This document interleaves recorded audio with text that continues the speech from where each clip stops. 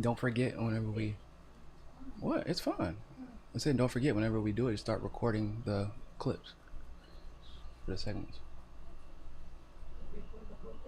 No, not the whole thing, just the segments. Huh?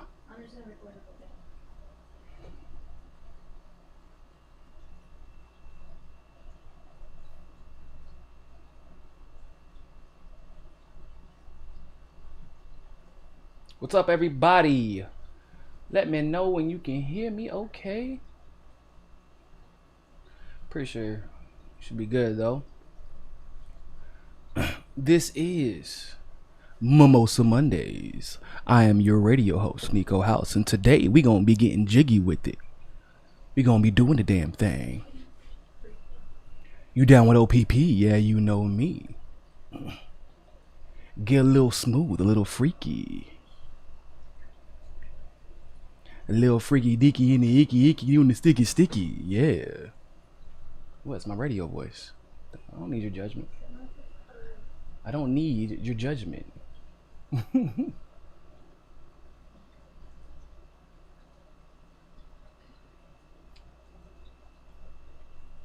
about to get that link to the tweet that I want to cover too.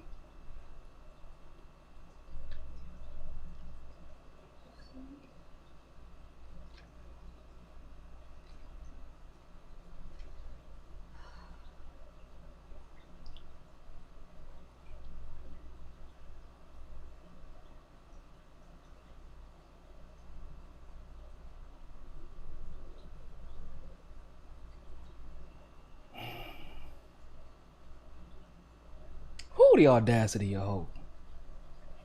Oh Jesus. Oh, God.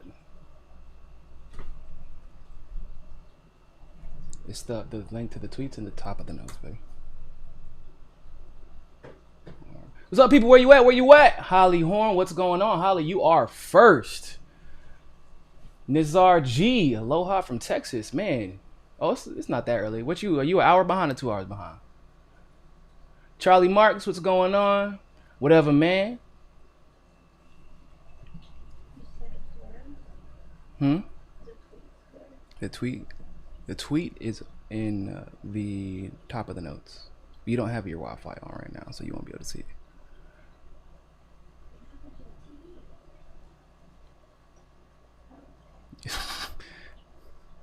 I'm gonna act like that didn't happen.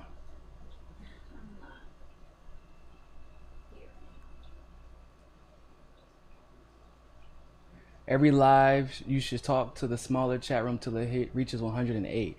108 is a super specific number. Robbie Yeager, what's going on? What's going on? How you doing? Robbie and I are about to drop some heat for y'all a little bit later on. So y'all make sure y'all keep it posted.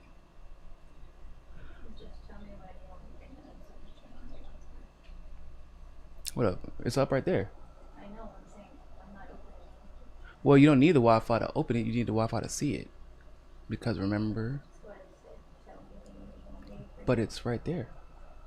So you don't need the Wi-Fi on. You get what I'm saying? It's already there. No, for you to see it, dear.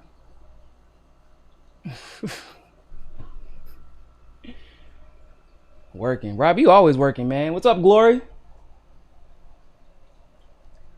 Glory said, hey, Susie.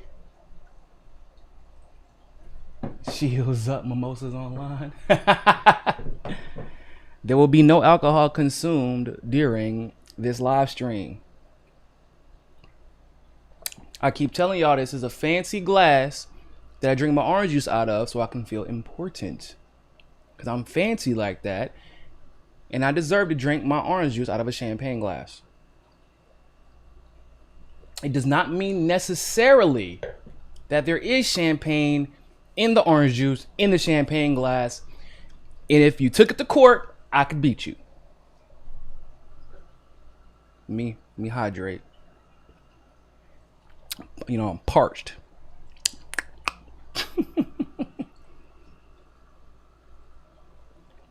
Red X Black, what's going on? Everything revolution. 108 is a sacred number from around the world. You know what's weird about that? I feel like I knew that, and I don't know how I knew that. It looks like a recognizable number.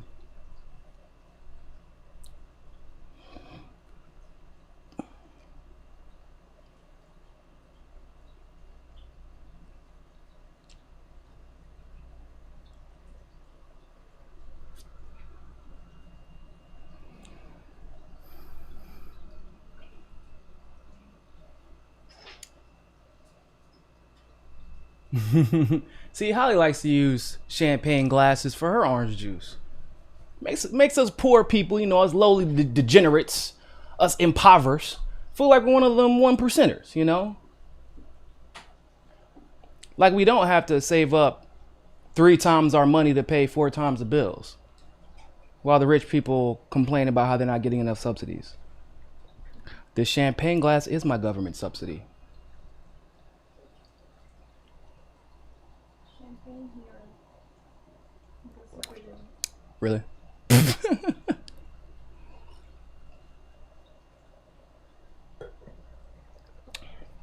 Make sure y'all share this video. Make sure y'all like it.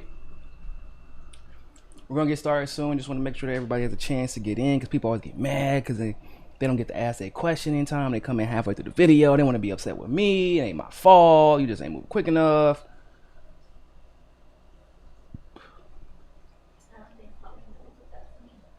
Hmm?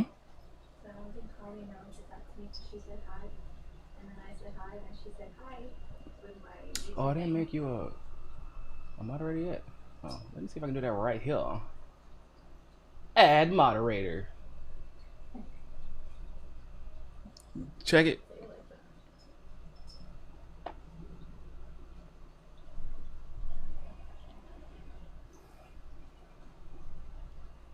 Guess what, y'all? Me and my wife just took a pretty huge step in our relationship. I finally made her a chat moderator. Look, I know for some of y'all that's not a big deal, but for me, it's a huge deal. It's a huge deal. Y'all have never noticed I'd never have any moderators. I don't trust nobody. I'm stone cold, y'all. Papa was Rolling Stone, and I just get stoned. It's not the same thing. What you? I live in a medicinal state. Y'all want me to pull up my medicinal card number? I got it. I got a card number, baby. I got a card number. I just don't got a card yet, but I got my card number. MM time. What's MM time? Oh, Mimosa Mondays. Ha!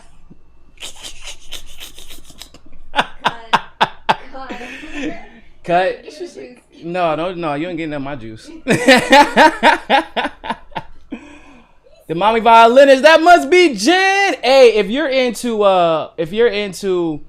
like anime and music, and you like the music from the anime, go visit the mommy violinist page. Matter of fact, everybody who's watching right now, stop what you're doing. Go subscribe to the mommy violinist. She's dope. She actually plays the anime songs on a violin or a viola. Violin. It's in the name. I don't know why I asked that. So go check that out. Go subscribe to her.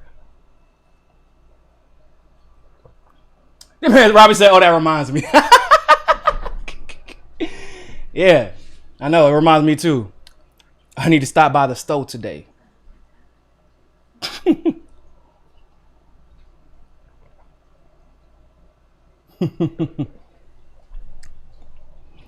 I feel bad for Robbie. Robbie lives in North Carolina. You know, you can go to jail in North Carolina for leaving the seat up on the toilet. The way they be acting out there. North Carolina's wild, bro. So I'm glad I don't live there no more. I miss all 2 people who didn't leave, though. Which is basically my sister who's about to leave and my mom. Huh? Dandelion bread. I like that. Dandelion. We're puffing on that yellow. It must be some fuego.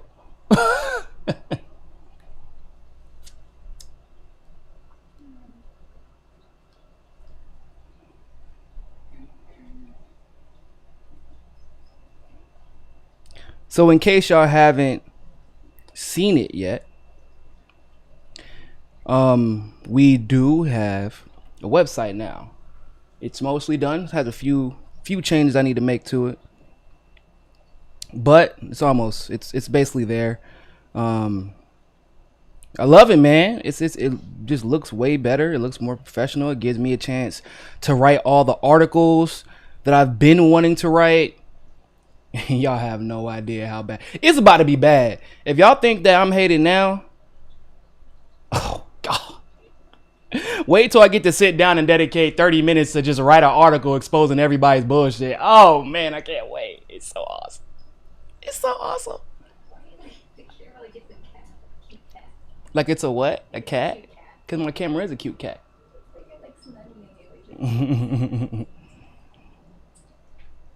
So snuggling with my face, really? Gonna give it a little bit more for people to show up. I know y'all just now waking up. Y'all know most of my audience comes from LA and San Francisco, which is crazy because I don't really post that much at night. So when the hell are y'all getting up and watching my stuff? And I would live stream more at night, except for I hate nighttime. Okay, nighttime is for partying, and even for Miami people, we generally party in the daytime because it gets hotter at night. Back before the quarantine days, I wonder what this moment in history is going to be called. What is the opposite of the Enlightenment period? Because that's basically what we're going through right now. But back before these quarantine days, a long time ago, every Sunday was turn up day. You go to brunch, you get fucked up, and you don't really remember what happens after that.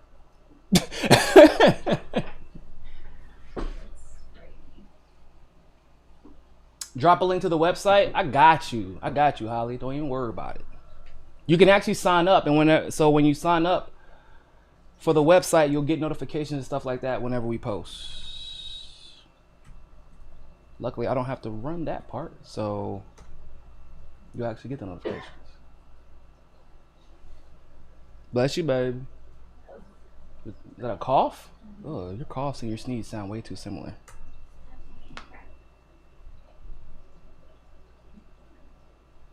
Nah, it's more humid at night, but it can get hotter too. It can get hotter at night. It's actually kind of weird how it gets hotter at night out here.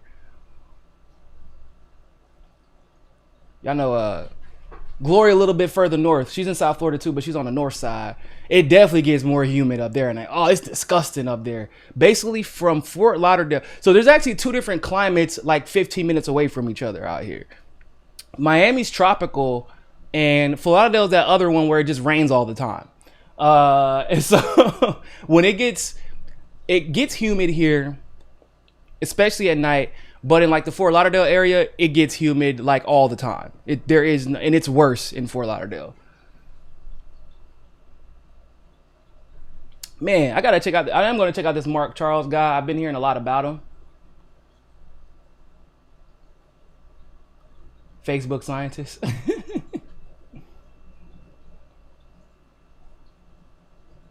Michigan in the building.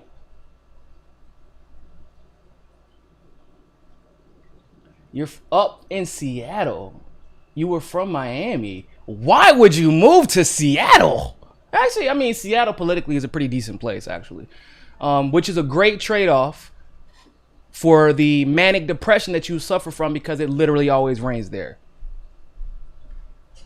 Seattle is the lie of West Coast living. Because like when you think about West Coast, palm trees, 50% of your government being, and the funding from that government going to the LAPD, things like that. But Seattle is just, y'all have a great city councilwoman and rain. That's like two things that y'all have.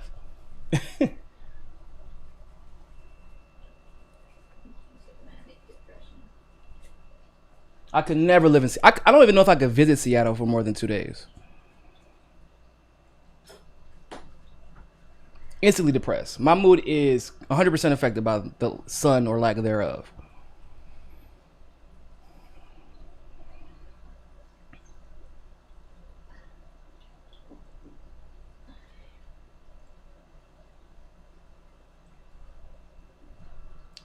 Okay, we'll give it like 2 more minutes and we'll get started. Don't worry, we ain't got nowhere to be, baby. What? Do we have somewhere to be? Why you ask me, am I sure? Why would you do that? Why would you create that? I got food in the refrigerator. Damn, y'all. Those seems like problemas personales. That's what I said.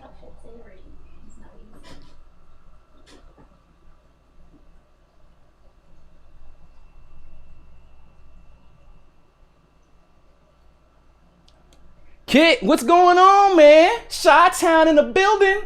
Hey, Kit, bro. Be careful out there, man. Y'all know Trump is on the way. He said we're gonna send some federal agents to Chi-Town, but don't worry, we won't be going to South Side Chi-Town, okay? We've seen the heat they're packing, and let me just tell you, it's tremendous. I don't think we want any part of South Side Chicago, but we'll definitely be in the suburbs.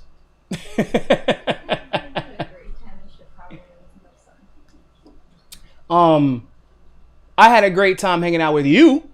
I didn't have a great time in Chicago. It was devil weather. Yeah. I distinctly remember us having a whole conversation about how devilish. I don't like cities where I go to the bar and I have to keep my jacket on. That's basically my litmus test for cities I want to spend more than 2 days in. Do I got to wear a jacket when I go into the bar, or can I be comfortable? And Chi-Town is one of them places where you got to wear a jacket when you go into the bar, or you'll freeze before you even get your beer.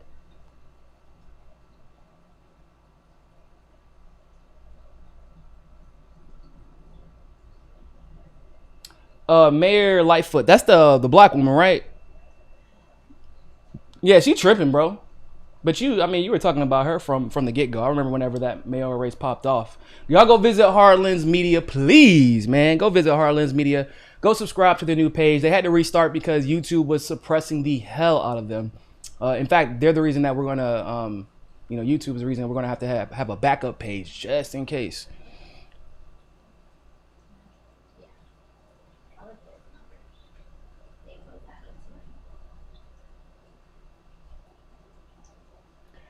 You say you're weaponizing your age during canvassing really makes DWS supporters rethink their life choices when they find out I'm younger than Debbie's career in Congress. Oh. I like Glory, man. We might have to put you on the marketing team. Shit. Yeah. Come to Monroe, Louisiana? Hold up. Don't I have to drive through Alabama to get there? And Georgia? No. You can go through the Panhandle. In fact, you can only go through the Panhandle. Hold on, let me pull up my maps real quick. Y'all don't even know. I'm really good at geography because I've driven through like damn near every state.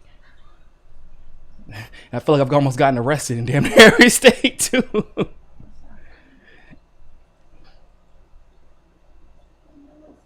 Oh yeah, you trying to get me killed, man. I gotta go through Alabama and Mississippi to get the look. Nah, bro. Nah, man, we good. You can send me some pictures though. You can send me some pictures though.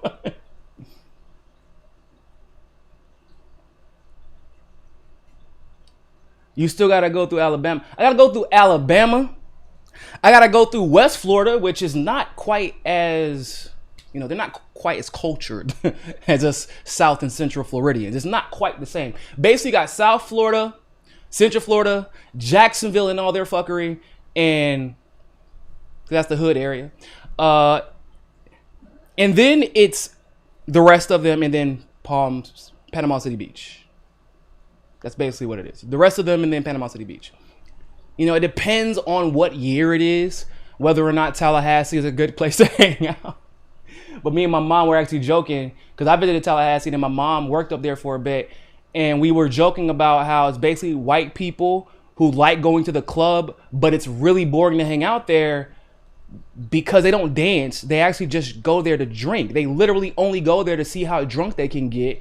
And they request songs that they don't dance to. And I don't know, you know, we're dancers in this family. We're some Bajans, okay? We're some Bajans up in here.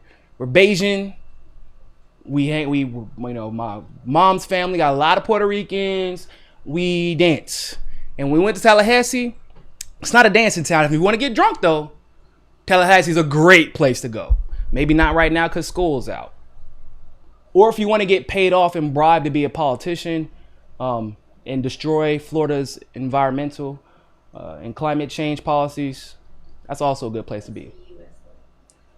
Anthony Valenti, thank you very much for the super chat. Man, y'all got me up here talking. Let me go ahead and get started with this show. Go ahead, babe.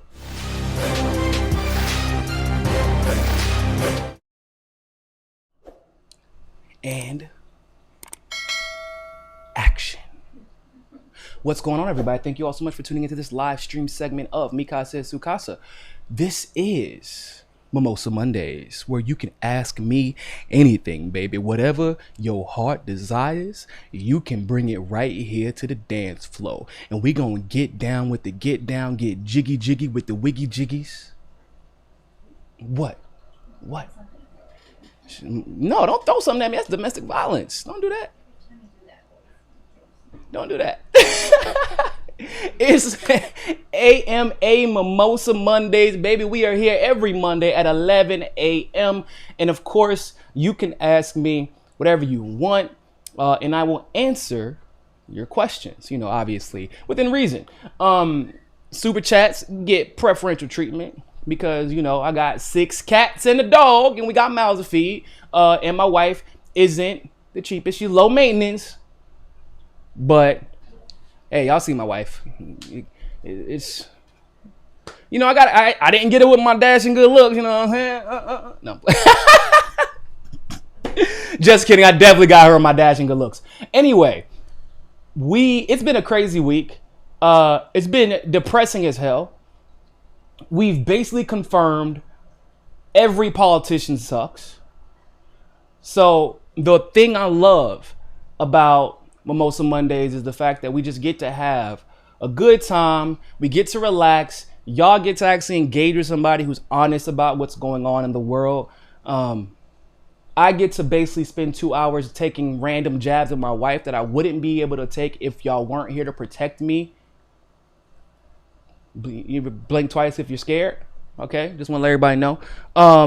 And we just have a great time. So if I missed any questions while we were letting everybody come in to the stream, please feel free to go ahead and ask them again in the comment section. Babe, did I miss anything? Anybody ask me anything significant? Actually, it did say something about killing. I bet Susie in good with hair. Oh, is good with hair? Good with my hair? Glory, what's going on? By the way, thanks for being one of the few journalists willing to talk about progressive obsession with uplifting mediocre intellectual white men in indie media. You know what? I appreciate the appreciation, Glory. And also, it's probably because I'm literally one of the very few non-mediocre white men in progressive media. You know what I'm saying? I'm just a mediocre black guy. I feel like mediocre black guys deserve love too. And once again, and I will always say this, if you need to know the answer as to why there basically are 3 of us in the independent media that are actually recognized, 3 black men that are recognized in independent media as progressives, as prominent voices, you know, in the indie journalism community, all you have to do is look at how many black women there are and how many black women are celebrated. There's like 1, and it's Margaret Kimberly, and she literally was at the Black Agenda Report, which is the, you know, most popular black publication in the independent world. So it's Margaret Kimberly who has a lot of time in, who's built up this status, and even she isn't really celebrated to the degree that she should be. Other than that, I'm sure there are a lot of up-and-comers, but they haven't arrived yet. And I've worked with a couple that were thinking about starting a podcast, that were thinking about starting a YouTube. And they see the way that Nina has been treated. They see the way that Bree has been treated. They see the way that we are treated, black people, in the progressive space. And they know that they will be over-critiqued and underappreciated for the work that they do. And of course, being black, you have to work 2 times as hard to achieve, what a white male would achieve. When you're a black woman, you have to work 4 times as hard. And it doesn't even necessarily mean you will achieve what a white male will achieve. And so we really have to address this obsession that the progressive movement has with mediocrity and with white savior. Matter of fact, that reminds me of something. Go ahead and bring up that tweet real quick. Go ahead and bring up that tweet for me. Y'all want to see some bullshit? Oh Lord. Whenever I first saw it, I had to check to see the date on it. I had to check to see the context. Red versus black. Who do I think will win the election? Remind me to circle back to that. Rinston, excuse me. What's up, man? Appreciate it. Struggle's been real since 2016. Thanks for being honest with the fraud lawsuit and holding it down since the liberal gatekeepers can't do it. Don't worry, man. I got you. Yeah, go ahead and bring that tweet up. Oh, man. So, this was the tweet that Jank put out yesterday, people. This man said, perspective, Biden needs a running mate committed to black lives, and that's Elizabeth Warren. Now, so Jank obviously didn't write the article because we all know Jank doesn't really know how to read, but the fact that he thought in this climate where we are finally confronting white supremacy head on, in a climate where even some conservatives are like, wow, okay, what I thought I knew, I did not know about race and racism. And where people are, for the most part, beginning to start to uplift the black voices on their issues rather than trying to take their issues and use them for some self-serving agenda, right? Because, white saviors love to pat themselves on the back, right?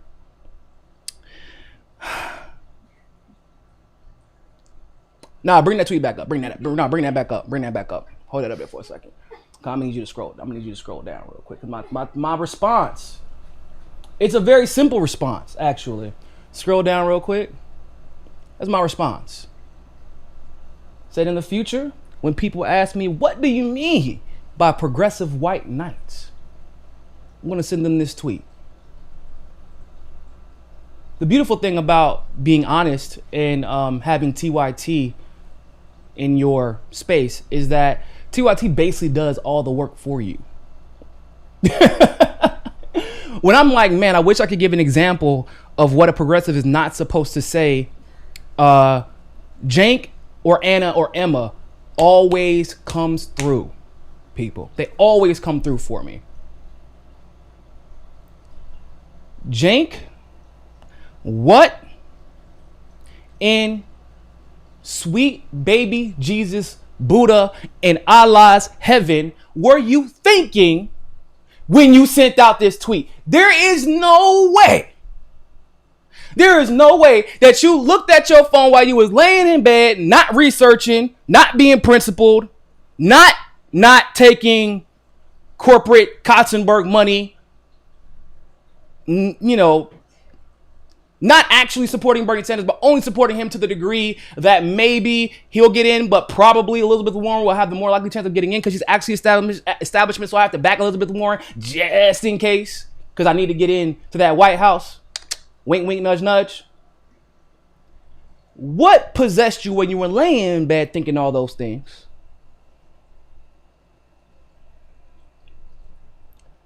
To type that shit out and think to yourself, this is it. This is the damn tweet right here. Oh, this is the tweet that's gonna save my career. This is how everybody is gonna know that I care about Black lives. I can't really think of any other way to express how much I care about Black lives. Glory. First of all, facts. Glory said Jenks' account has become a parody account. Oh my God. Literally. And it's funny because, like, so remember I told you I was like literally going through all my checks. What time was this sent? What day was this sent? What month was this sent? What year was this sent? Is this blue check Jenk or is this a fake account Jenk? Is this a parody account? Because there's a fake accounts and there's parody accounts. This shit sound like it came straight out of a parody account, people. It really does.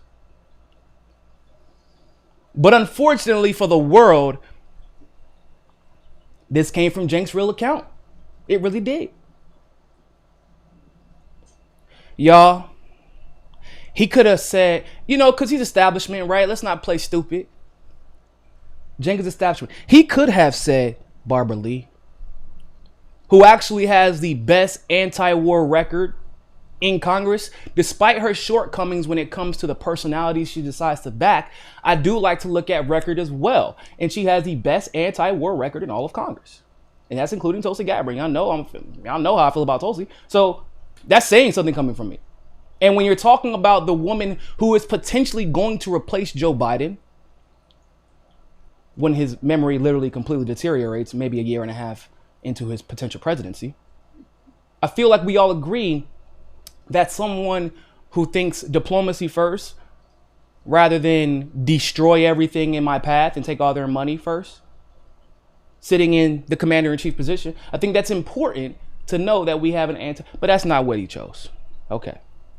You could have had Tulsi Gabbard, who in fact is not a black woman. However, she is an indigenous woman. She is Polynesian.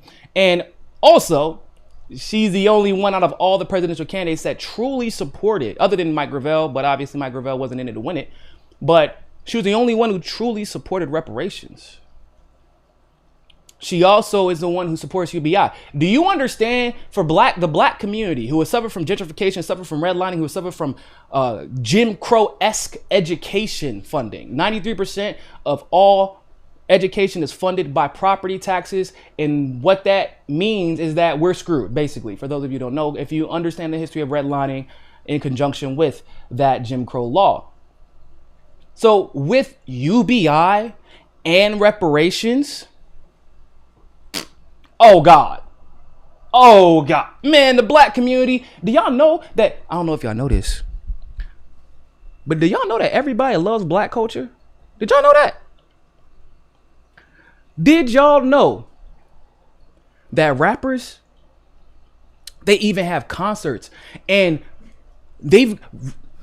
rapping has become so popular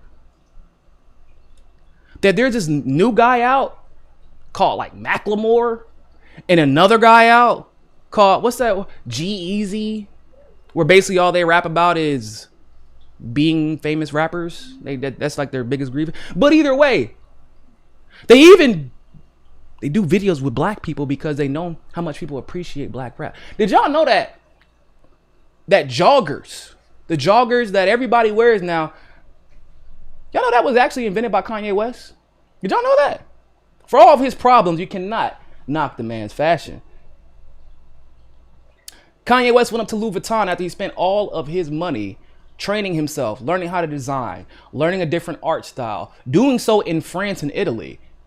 When he went up to Louis Vuitton and asked for an investment where he would market his joggers through them, and they would obviously manufacture and then deal with distribution, because that's the most complicated part about doing something like that. Louis Vuitton told him the idea sucked. Then Louis Vuitton used the idea. And now everybody knows what joggers are. Yeah. So not only do they love our music, they love our styles. And then remember that whole fad that the Kardashians went through. What do they call them? Boxer braids. You know what we used to call those back in my day? We used to call those cornrows. And now, dreads are a thing now. They're back. Now everybody wants dreads again. But remember whenever we used to wear long hair, they told us we had to cut our hair before we went to a job interview because if we didn't, we would look incredibly unprofessional. But then the man bun became a thing. Y'all ever heard of B2K? Basically every style of hair that's popular now, B2K had somebody in the group with that hairstyle. Now imagine having a culture that is probably the most profitable culture in the entire, not country, not state, not city, not region, but the entire world, to the degree that if you go to Brazil, they're still listening to music from rappers in the damn 1990s because they're just so infatuated with it.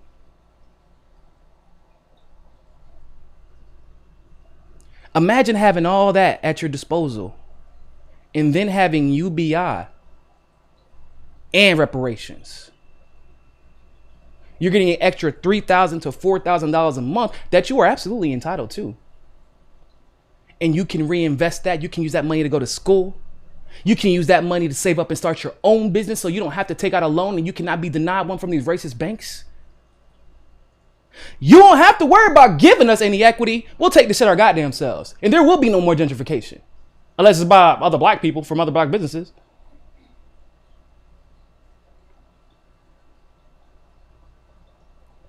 So Tulsi was the only one who supported reparations. Okay. But you don't want Tulsi? Okay, cool. You know how TYT feels about Tulsi. Although I will give a shout out to Jake. He did treat Tulsi the fairest out of everybody. So I'll give him that. Now, Kamala is obvious. So it's obvious why you wouldn't pick Kamala. But it's also obvious why you wouldn't pick Warren, given that she literally pretended to be Native American to make a profit, to get a Harvard teaching job. Then when she was confronted by a Cherokee, an actual Cherokee from the Cherokee Nation, card-carrying Cherokee, she said, I know who I am and I know my family's history. Wouldn't even apologize to her when she was approached. It was an amazing interview done by Lee Camp. Wouldn't even apologize. Not to mention her faking being for reparations in the beginning of the election only to sell us out down the river. Of course, it's Elizabeth Warren. So if you're going to go for two fake progressives, specifically regarding getting the black vote, why not just go with the fake black woman? If you're going to go for the fake Native American one, who's actually not even Native American. At least Kamala's actually black. I mean, you don't have to, there's not really a debate on that. Okay, but not even Kamala. Not even Kamala. All right. So then we come to this one, which is, I feel like is the most obvious answer to this debate. Cenk is a progressive. Cenk supposedly wants to push for progressivism. He supposedly supports UBI, or excuse me, not UBI, Medicare for all, single payer health care. He supposedly supports an anti-imperialist, U.S. exceptionalist message, supposedly. And he was supposedly a Bernie Sanders supporter first, supposedly. And this is specifically dealing with black issues. Okay, all right.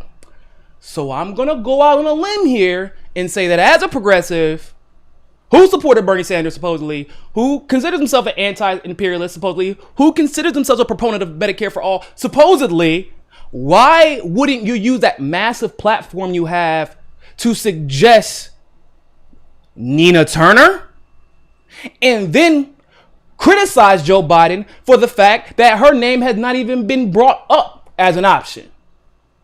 Because Nina Turner's an anti-imperialist, check. Pro-Medicare for all, check. Black, probably, check. Pro-reparations, check. Defund the police, check. Accountability, check. Principles, check. Moral compass, check, check, check.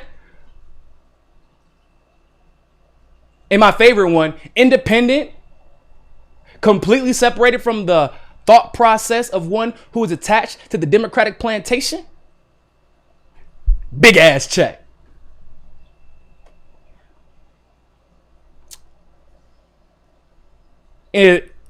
But You go with Elizabeth Warren instead. Oh my God, y'all! I just can't believe it. I know. I'm gonna get to y'all. I'm gonna get to you. Don't worry. I just really, oh God, you know, Glory know how to push my damn buttons. Glory know how to push my buttons. You gotta learn how to spin the super chat right. Glory knows what to ask. She knows what's gonna piss me off. She knows what's gonna set me off. Y'all, what the hell is Jane doing, bro? For real.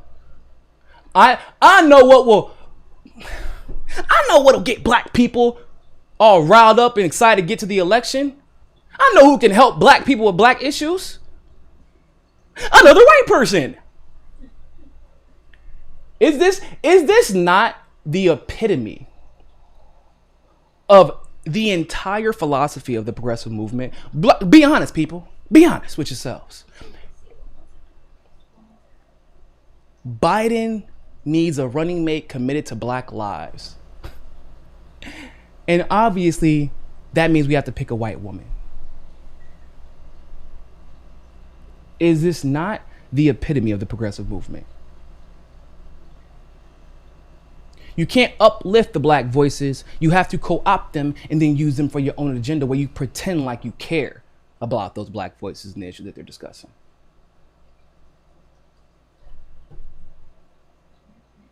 Man, let me hydrate real quick. Y'all got me.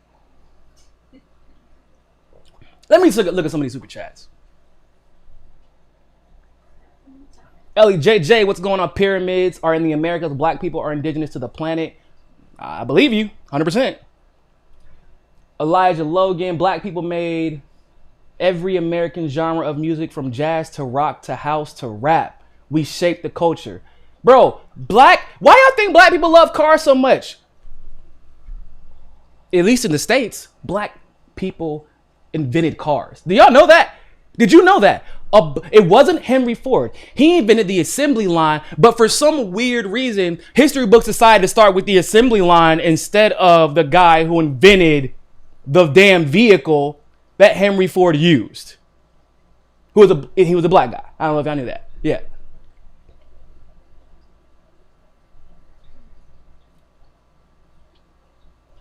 Oh man. Okay. So let me start with red versus black. Who do I think will win the election? So there's a couple of factors that we have to consider. Who's going to shut the hell up long enough so they, stop shooting themselves in the feet with the bazooka? Because at this moment, in all seriousness, people, both Joe Biden and Trump have just been atrocious. In 2016, I was a little bit more confident because Donald Trump knew all the right things to say. He was good at pretending he was an anti-imperialist. He was good at pretending he was pro limited government, right? He was also the one who went to a black church. It was intelligent to do. Don't get me wrong. Did I believe him? Absolutely not, but it was smart. He went to a black church and said if a cop shoots an unarmed black man, they should be held accountable. I didn't believe him, but he was smart in how he moved. He actually, I know it's going to sound weird for Trump, he was able to keep his ego in check in 2016 while he was running. Let me just get to the finish line. And then I'll turn into a out and out neoconservative fascist. He hasn't been that good this time.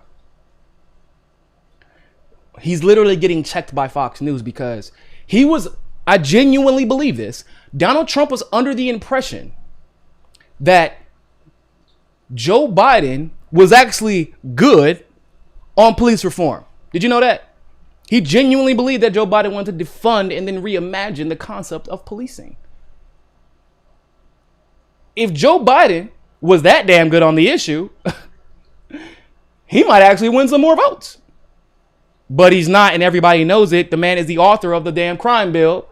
And then his solution to the George Floyd protests was to give police $300 million more dollars. That's his proposed solution. And then he even got mad. He was like, I don't want to defund the police. What are you talking about? We need the police. I bet you do. Or else some private prison stocks might drop. But anyway, so Trump was under the impression that Joe Biden that Joe Biden was good on police reform. And let me tell you, man, he was just befuddled. He was flabbergasted. He was taken aback when he found out that he and Biden were equally shit on police reform. Just shitty. Just both of them. They were just shit people. Just shit people. Both of them, they're just shit. He couldn't believe it. I can't believe Biden is as bad as I am on police reform. That was my stick. Now he's going to get conservative voters who hate black people and want them shot by cops. Damn it. He was corrected on Fox News, by the way. And it's funny because I didn't think that it would be Fox News to correct him. But you know that the establishment people from Fox News need somebody a little bit more predictable. So let's go on to Joe Biden, who is trying to win by being more Trump than Trump, but being more polite about being more Trump than Trump. He's trying to be more hawkish on China, more hawkish on Russia, maintain course on Iran.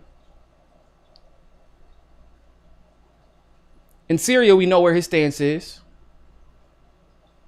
Israel, we know what his stance is. But at least Trump is for single-payer health care, so that's good, I guess. So basically, Joe Biden is running on being a nicer version of Donald Trump, but with worse memory than Donald Trump. So I guess he won't be able to remember the lies that he's telling. So basically, it's going to come down to whoever shuts the hell up longer.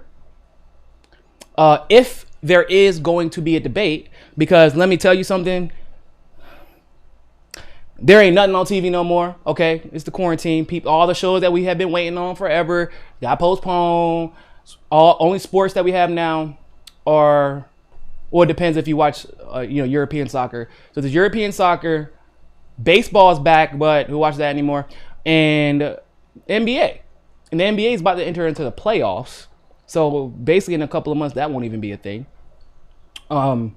So having this type, and UFC, excuse me. And so having this type of like hyper focus, especially given the tensions that are going on in our country, right? We got the COVID, we got the protests, we got literally biblical revelations going on, end times. Everybody in the world is going to be watching this debate, and each of them, their victory will be determined by that debate combined with who's better at rigging elections come November.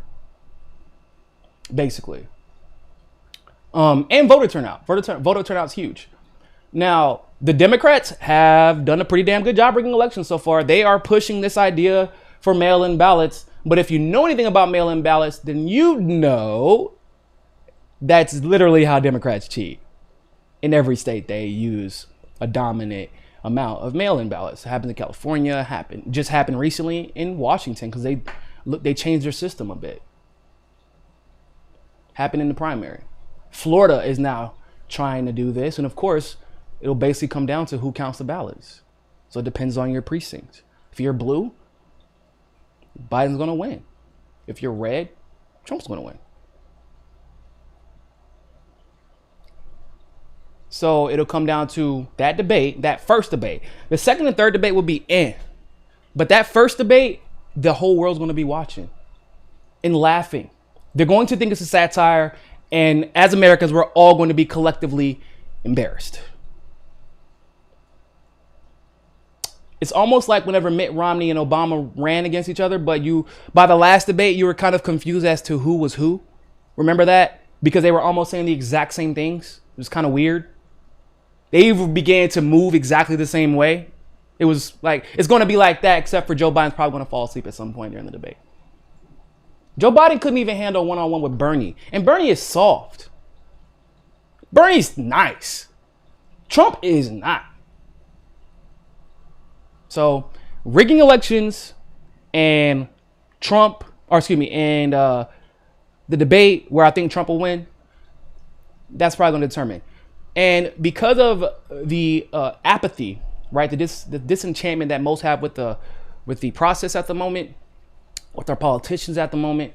I think that will actually lean it towards Trump, because low voter turnout has always historically benefited Republicans. And although we we know Biden's policies are Republican, he is not Republican in name, and people will show up and just vote against anything that Joe Biden and the Democratic Party represent, because they hate the Democrats right now.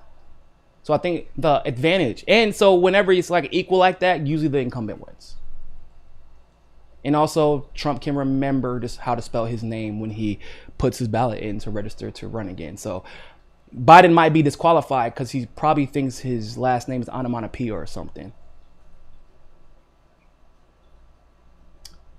So that's my pick. I'm picking Trump to win.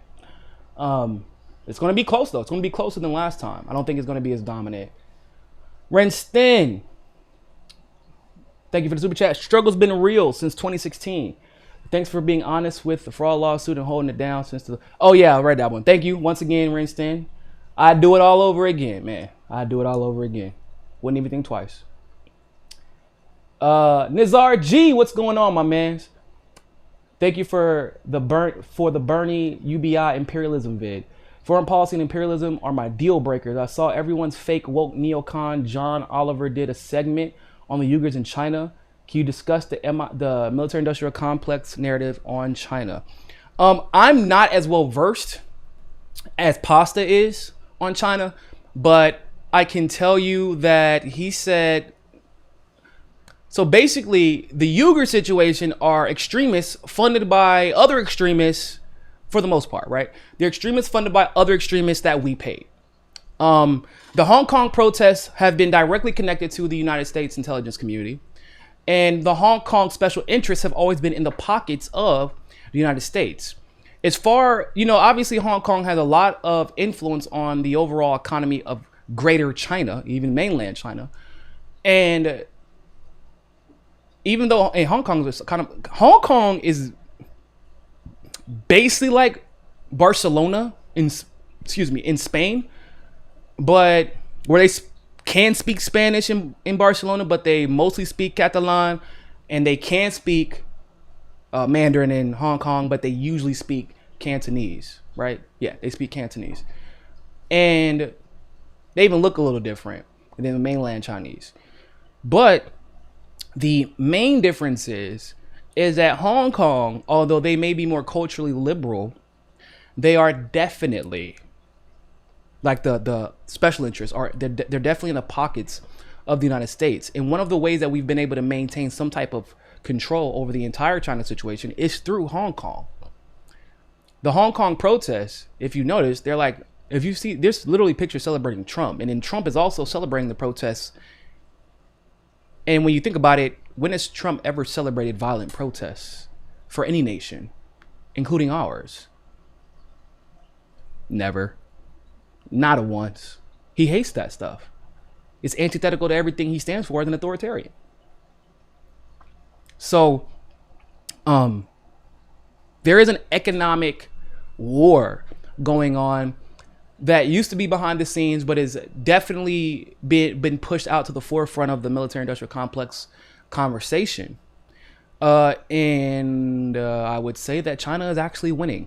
One of the reasons that we overthrew Bolivia was because Bolivia is at the heart of the lithium triangle.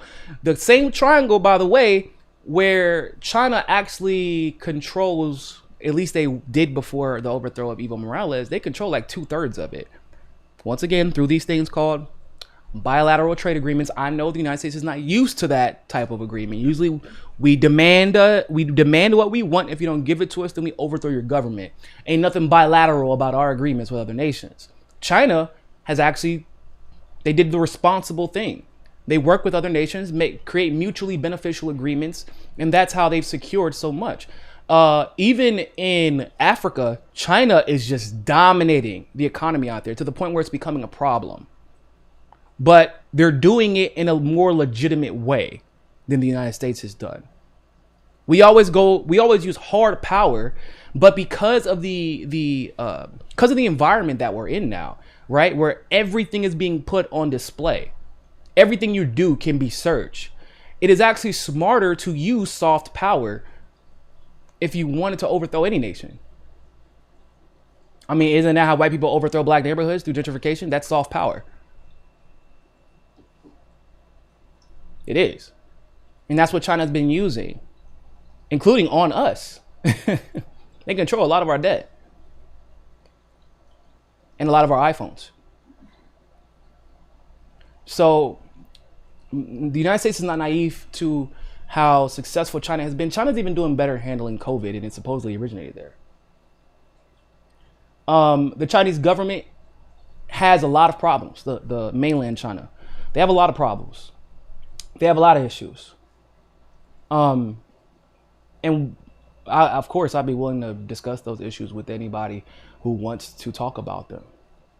They have an environmental issue. They have a workers' rights and labor rights issue. They do have an economic imperialism problem. However, with that being said, I wouldn't put, I mean, how many countries has China invaded over the last 50 years? What's their national debt look like? They have labor rights issues, but they also pulled a lot of people out of poverty. It's a fact. Like, this isn't like with Maduro, where Maduro's actually a good guy. Like, he's actually a nice guy, which is irrelevant to the whole conversation of Venezuela, but I'm just giving you all context. Like, Maduro reaches out to other nations on a regular basis to combat climate change, to combat Western imperialism. He works with African nations, whereas we only overthrow African nations. Like, he's actually a genuinely good person. I can't really say that about the Chinese government, but that doesn't mean that they are as bad as us, or that we should buy into these xenophobic imperialistic tactics that our government and our politicians have used to basically saber rattle in China's direction. So, I hope that answered your question, Nizar. Appreciate you.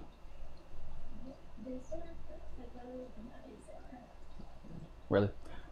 I read Elijah Logan's, LEJJ. Got everybody? Yep. Okay. If Trump wins, should we be worried about Trump? If Trump wins, should we be worried about Jake?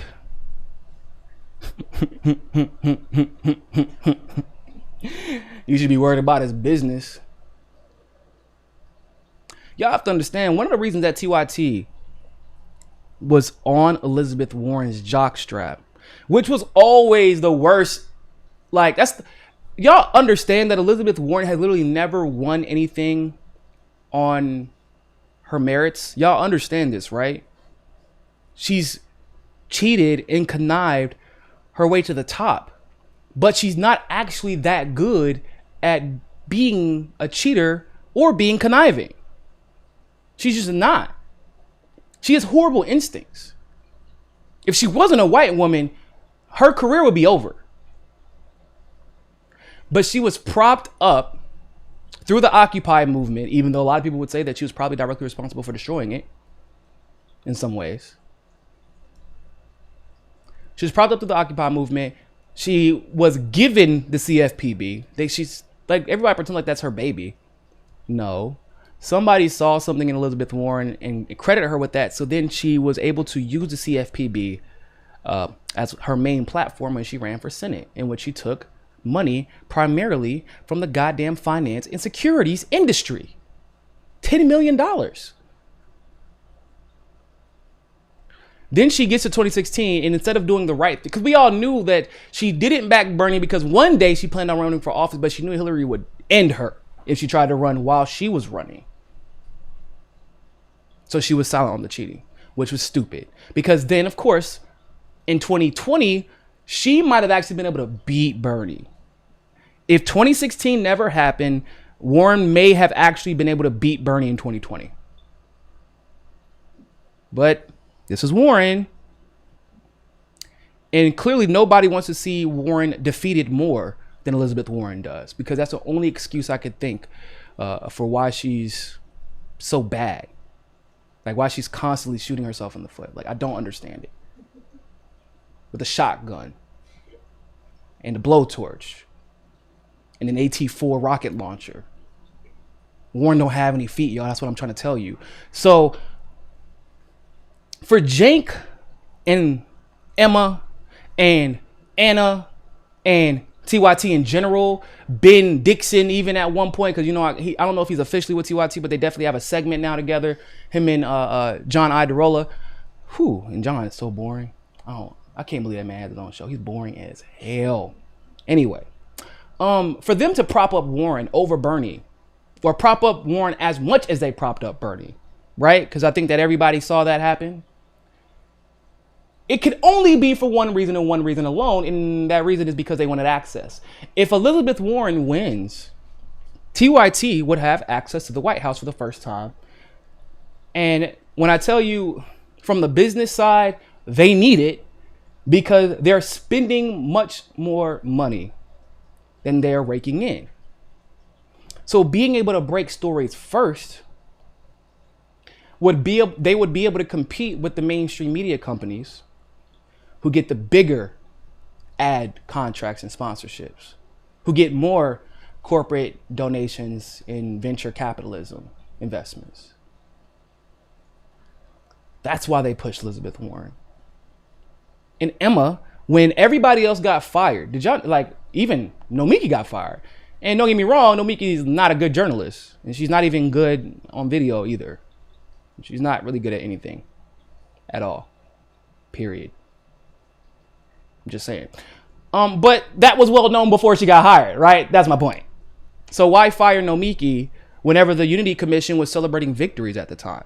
The DNC Unity Commission, which Nomiki was a part of. Which is super weird because she's supposed to be a journalist, but yet she got assigned to a DNC Unity Commission, which means she was directly invested in the success of the Democratic Party. Right? Right. So that means she's not going to tell you the truth about the Democratic Party. Right? Right.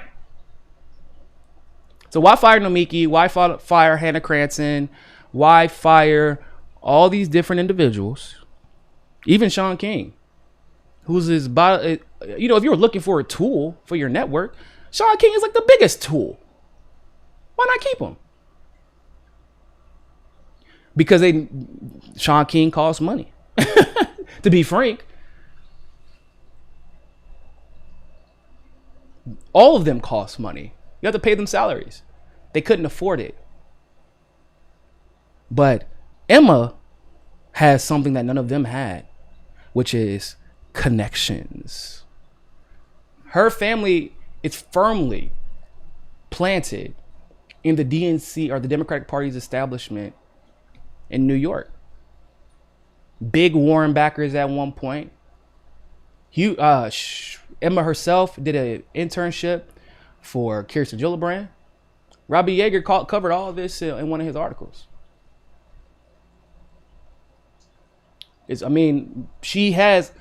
Why do y'all think Emma is so goddamn just aloof and oblivious?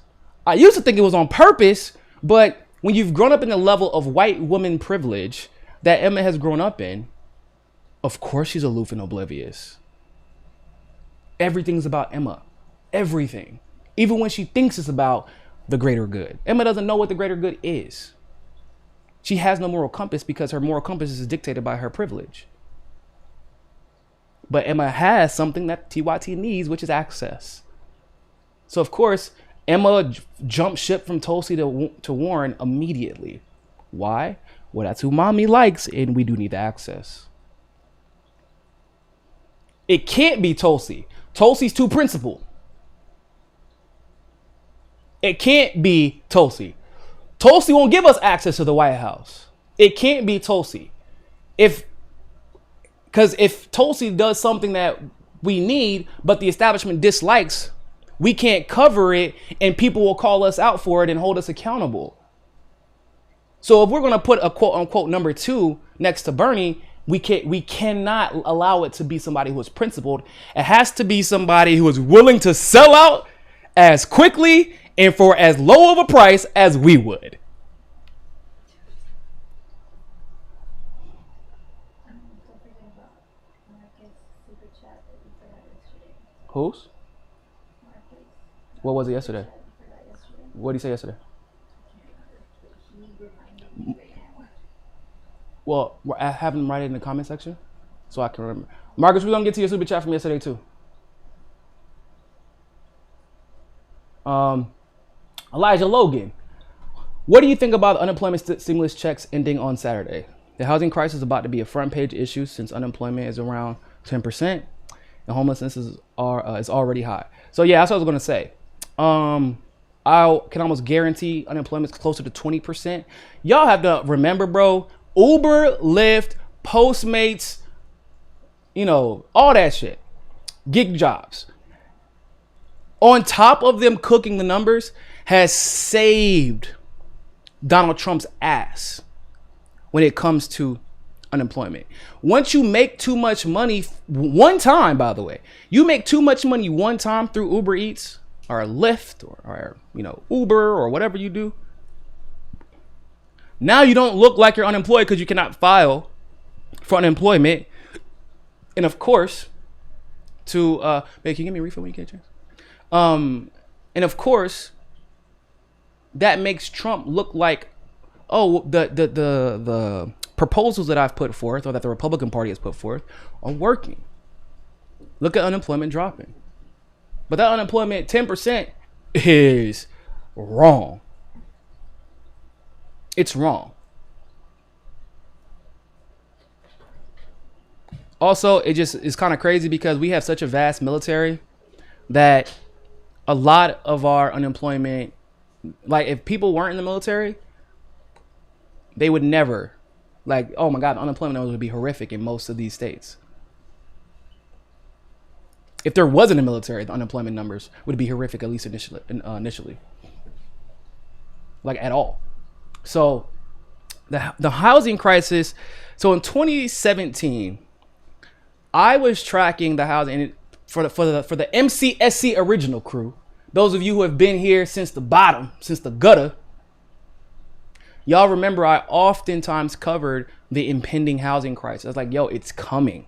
Y'all need to prepare. Trump is going to feel it. I did not predict a pandemic, but when you understand how housing crises work, you understand that something huge is going to happen. And it might be partially or mostly because of the impending housing crisis and the trash economy. Whether it be, a stock market crash, whether it be a pandemic, whether it be even a war that we start to cover our asses for having a trash economy.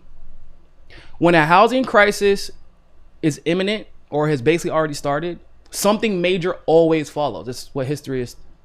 What happened after the housing crisis and after the Roaring '20s, people? I don't know if y'all remember, but this little thing called World War II and Nazism arose, which is a whole nother history lesson. But let me just say that if you think that the United States economy was removed from Nazism and has nothing to do with Nazism at the time, then you would be sadly mistaken. We might be the reason that Nazism was able to prevail. That's what's so terrifying about the effects our economy can have on the entire world. So every time a housing crisis happens, which it has been happening for like a year and a half to 2 years now. Well, we never really recovered from the 2008 crisis, but that's a different discussion. But it's been happening for about 2 years. And so generally what happens, unfortunately, is things like pandemics, market crashes, obviously, and war. Now, what we were hoping, black people and my brown folks out there and the rest of my poor people, what we were hoping it was just going to be a market crash. Because let me be honest with y'all. Remember whenever 2008 happened and white people were tripping, they're like, I can't get a job. I'm screwed. My savings account's depleted. The first thing we asked them was, what's a savings account? First of all, what the hell is that? Never really heard of that. 2, there's the stock market crash for real? That's crazy, man. What's the stock market? You say you take money that you made, extra money that was left over from your last paycheck. Hold on, no. When you say your last paycheck, do you mean the check you got yesterday? You said your check from a month ago. Hold on, you got money left over after you pay your bills? And you take that money and you invest it into this market where the entire price is determined off of somebody's speculation of what might be successful, kind of, potentially. That sounds stupid. We black people did not even know the market crashed whenever that shit crashed. We had no idea. Why? Because we've been joining the military because we're poor and we need security and healthcare and education. We've been living paycheck to paycheck. We don't have no excess. We did it. We didn't have excess to invest into the stock market. We didn't have multi-million-dollar venture capitalist companies. So we didn't feel that. That's not what this may be 2 or 3, maybe 2, if even, big venture capitalist countries ran by black people. So we didn't even know the market crash. So if it would have just been a market crash and not a pandemic also, we would probably be like, it sucks, but it ain't us. But yeah, Elijah, I appreciate the super chat, man. I hope I answered your question. You think Sam Cedar and Jimmy will ever squash their beef? I didn't always agree with Cedar and Brooks, but R.I.P. Brooks. No, they won't ever squash their beef. For one simple reason. Sam Cedar is fake. He is insincere. He literally is establishment. And to be quite frank, he's jealous of Jimmy. Jimmy was able to take a career that he did, which was very similar to Sam Cedar's career, by the way. They were both comics. Although I'm not sure if Sam understands the definition of what a comedian is supposed to be, because at the shows, when you tell your jokes, people are supposed to laugh. And that doesn't seem to be a pattern that he picked up on. Like, maybe if enough people don't laugh at your jokes, you should think about a career change, but that's neither here nor there. But anyway, he's jealous of Jimmy. Jimmy got to take what he loves doing. He got to take this identity that he's developed of, I'm just going to be honest. I'm just going to tell the truth. And also maybe even do some journalism while I'm doing it. And he gets to sell out shows across literally the world now. Dude went to Honolulu, Hawaii and sold out. Sam is stuck behind his laptop playing the establishment's game. What do you think is more spiritually fulfilling? Being in Sam Cedar's shoes, where his life is dictated by basically the corruption of the Democratic Party and how he has to capitulate to that corruption, or Jimmy, who lives free? And I know he's, going through it right now because he hasn't been able to go to see people in person and talk about these issues. I'm like Jimmy, man. I get my energy when I love being at protests. I love being at activist events because that's where I get my energy from. After I get drained from doing this nonsense all day, don't get me wrong, I love being in this field. I just get drained because we're constantly dealing with suppression and false narratives and things like that.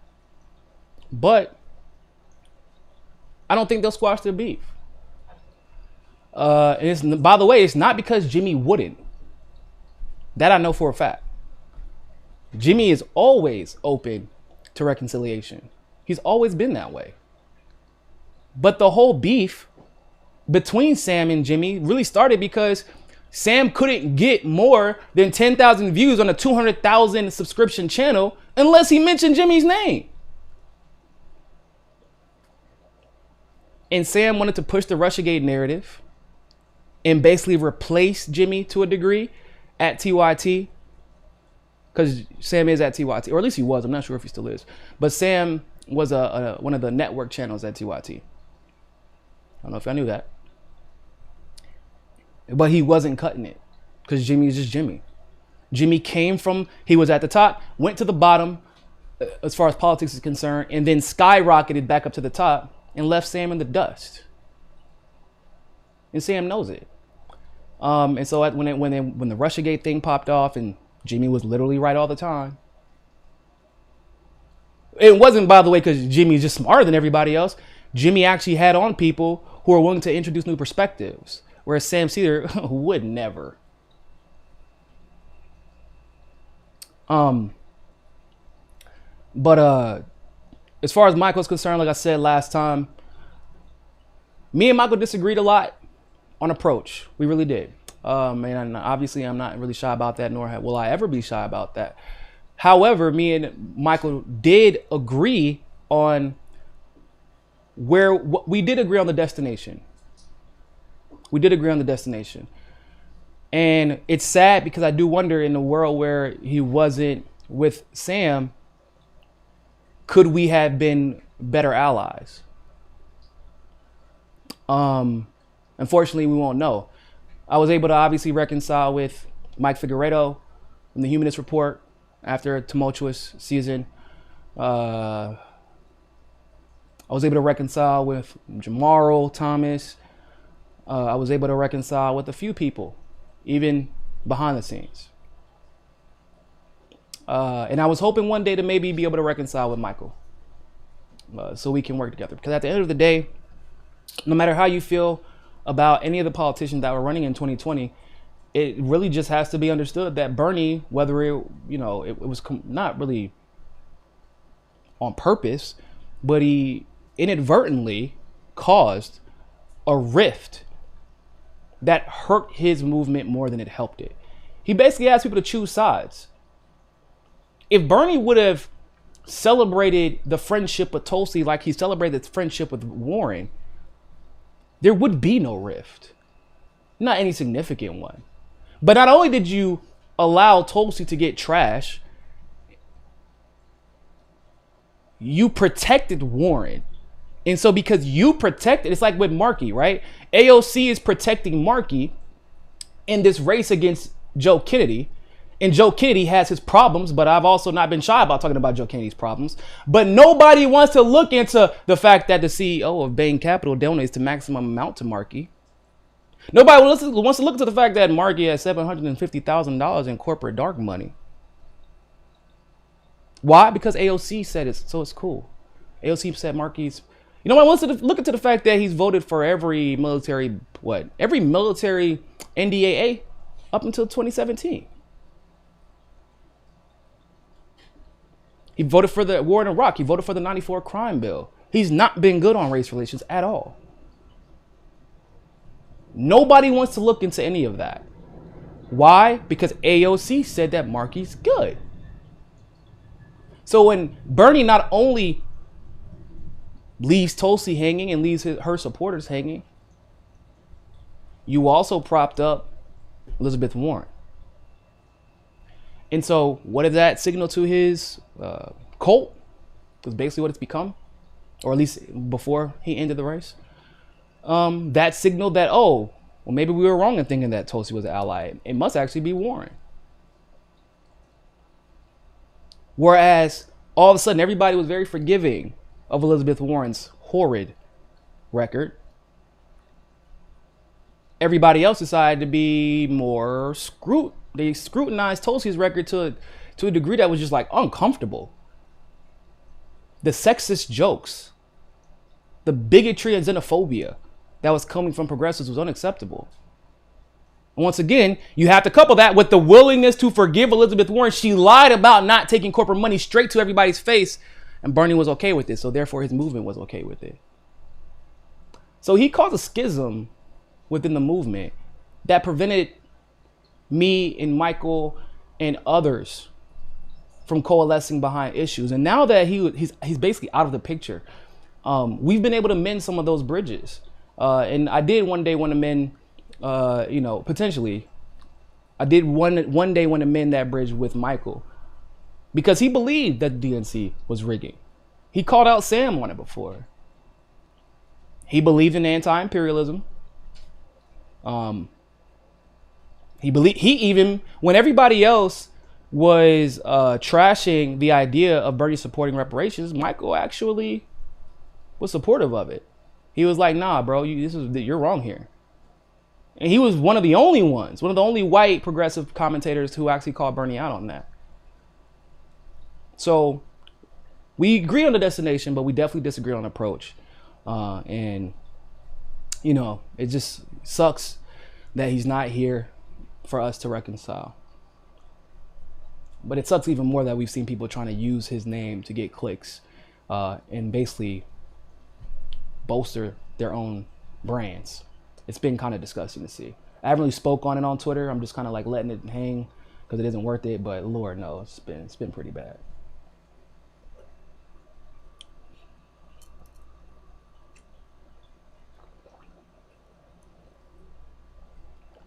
McCrazy, do you watch anti-Trump Russia Lincoln Project? I don't watch shit from the Lincoln Project, bro. I'm not gonna lie to you. I'm not gonna lie to you.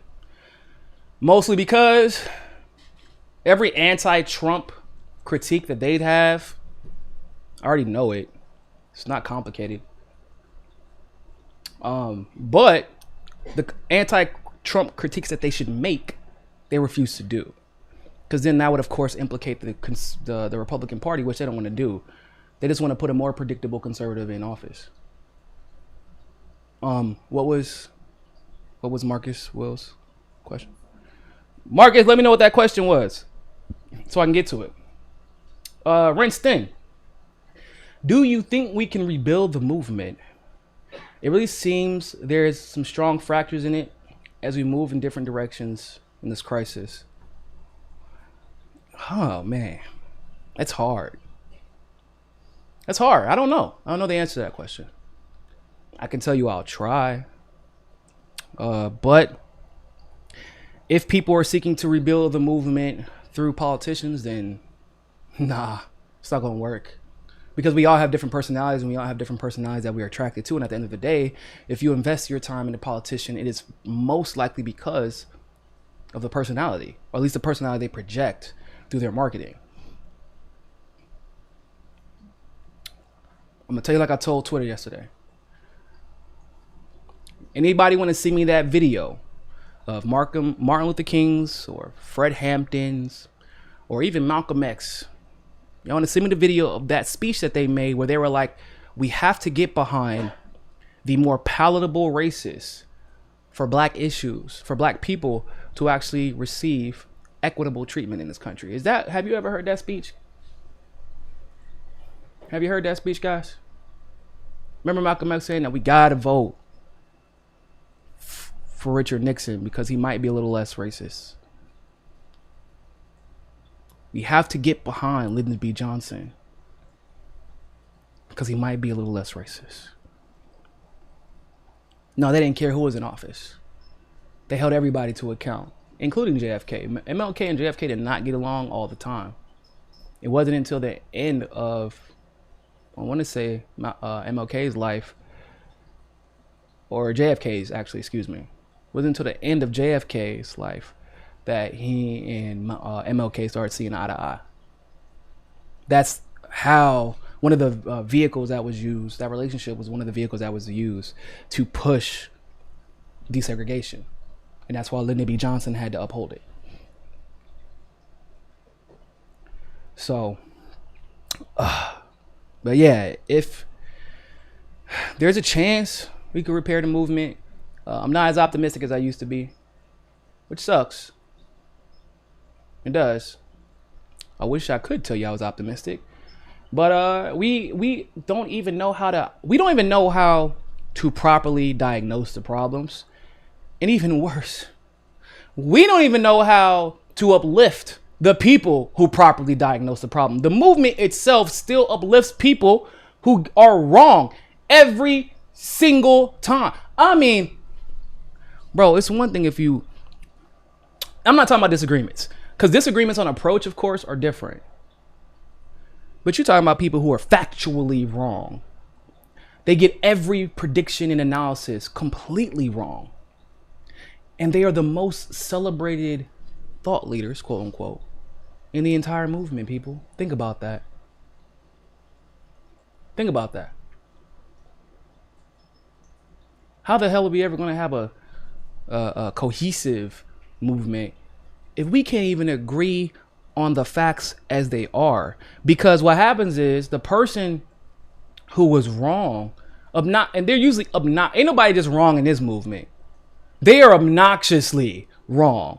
They attack anyone who tries to correct them, and then whenever they are finally proven without or beyond a shadow of a doubt that they are 100% wrong, like when the Mueller report drops, or when the transcripts from the Ukraine conversation drops, or when the impeachment situation drops, They're angry about it.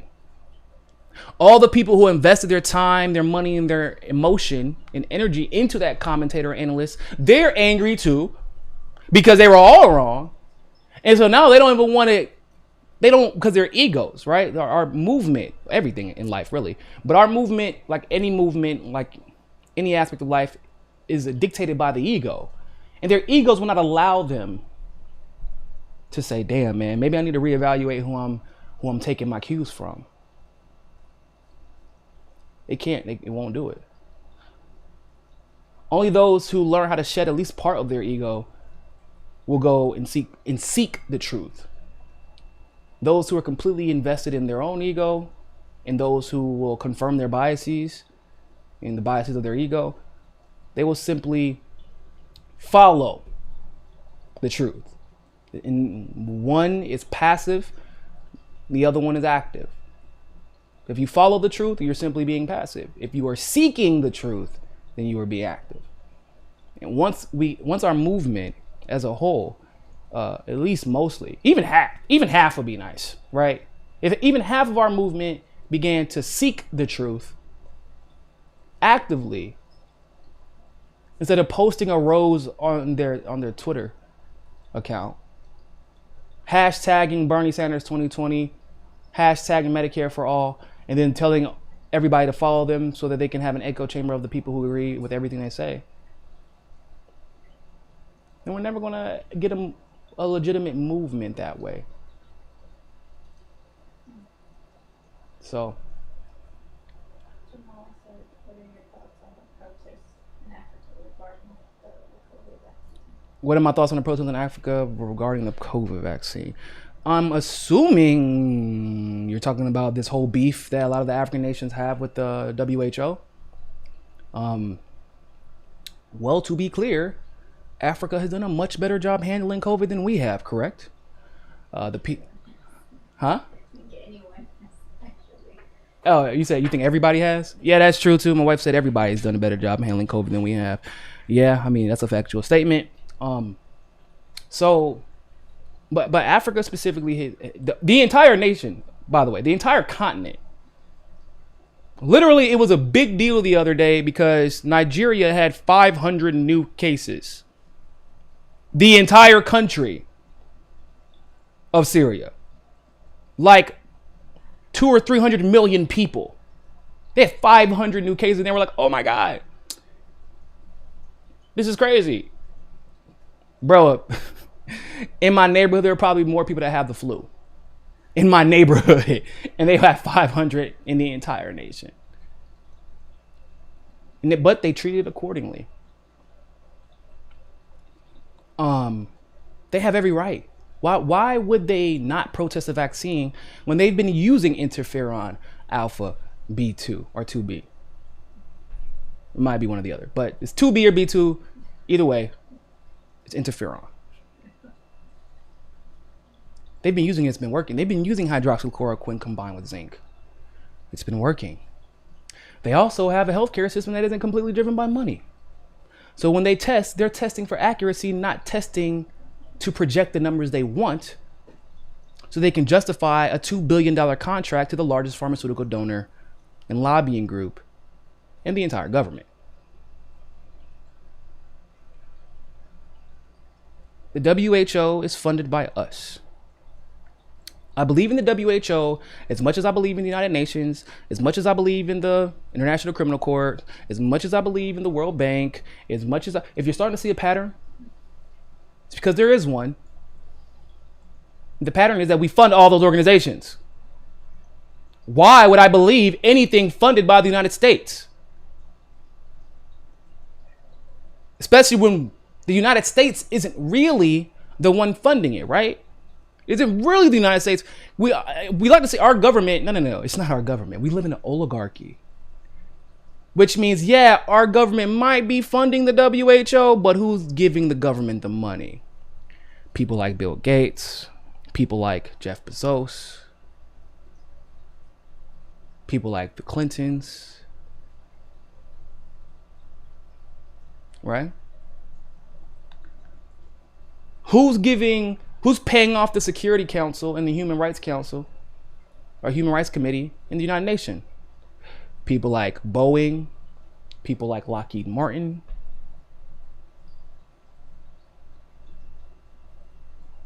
Who's putting the money into the government's accounts to militarize the police? People like Boeing, people like Lockheed Martin, corrupt unions.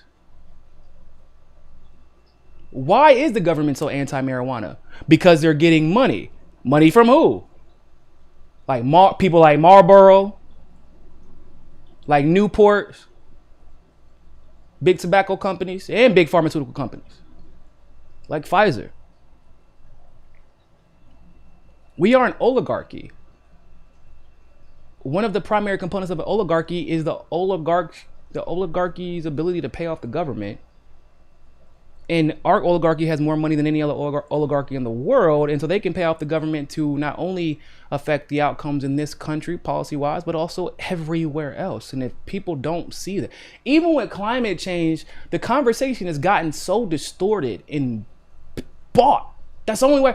My friend doesn't even want to be part of it anymore, and he went to damn school for it. He went to school for it. He went to school to be a climate scientist, and he's damn good at what he does. And he's reading articles and is like, this isn't even how this works. Because he's like in the academia. He was in the academia of climate science, specifically atmospheric science. And he's reading articles like, this isn't even how this works. What? They're lying. He believes in climate change. He's very pro-climate. He's like, we have to address it, but we're never going to be able to accurately address climate change if people are lying about the causes. And they're conflating in climate change and environmentalism, which are sometimes correlated, but not necessarily causal. They're not always directly connected. Like fracking isn't going to cause climate problems. It's going to cause, however, environmental problems, which is still just as bad for the immediate future. If you're going to measure the climate and talk about quote unquote record highs in anything, wouldn't you have to have more than like 100-year sample size, considering the world is, I don't know, like 1 billion years old? I think the world's even older than my great grandma. I think. But in all seriousness, we're literally measuring everything we do when it comes to temperature of a sample size that is actually younger than my great grandmother. Not even joking.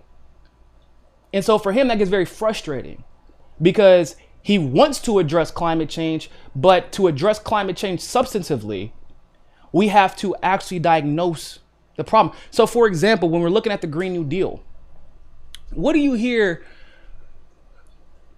What do you always hear? We have to reduce carbon emissions. Have you ever noticed that? You hear that pretty often, right? You hear that. Carbon emissions. Notice in the Green New Deal does not say we have to ban fracking. Because if I live in one of the areas that are being fracked, carbon emissions don't do shit for my environment being destroyed. They say we have to reduce carbon emissions, but they don't say we have to ban the commercial use of oil.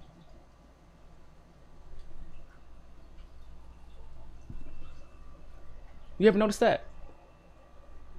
They say we have to reduce carbon emissions, but they never say anything about the nuclear waste problem that we still have not solved. Because it's actually too expensive. It actually isn't more expensive to solve it. It's just more expensive for corporations who want to maximize their profits to solve. Nuclear power isn't inherently bad, but in the wrong hands, it is. And it's been in the wrong hands forever.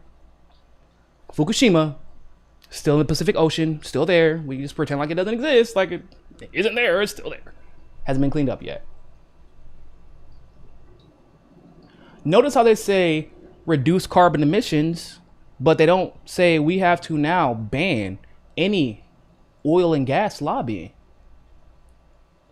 So we can ensure that where we do something at the federal level, it is not then undercut at the state level by lobbyists who are willing to pay.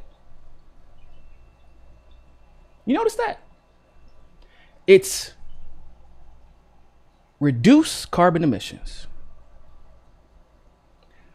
Do you know how easy it is to reduce carbon emissions, quote unquote? Carbon emission numbers can be manipulated. This whole idea of net zero is fallacious.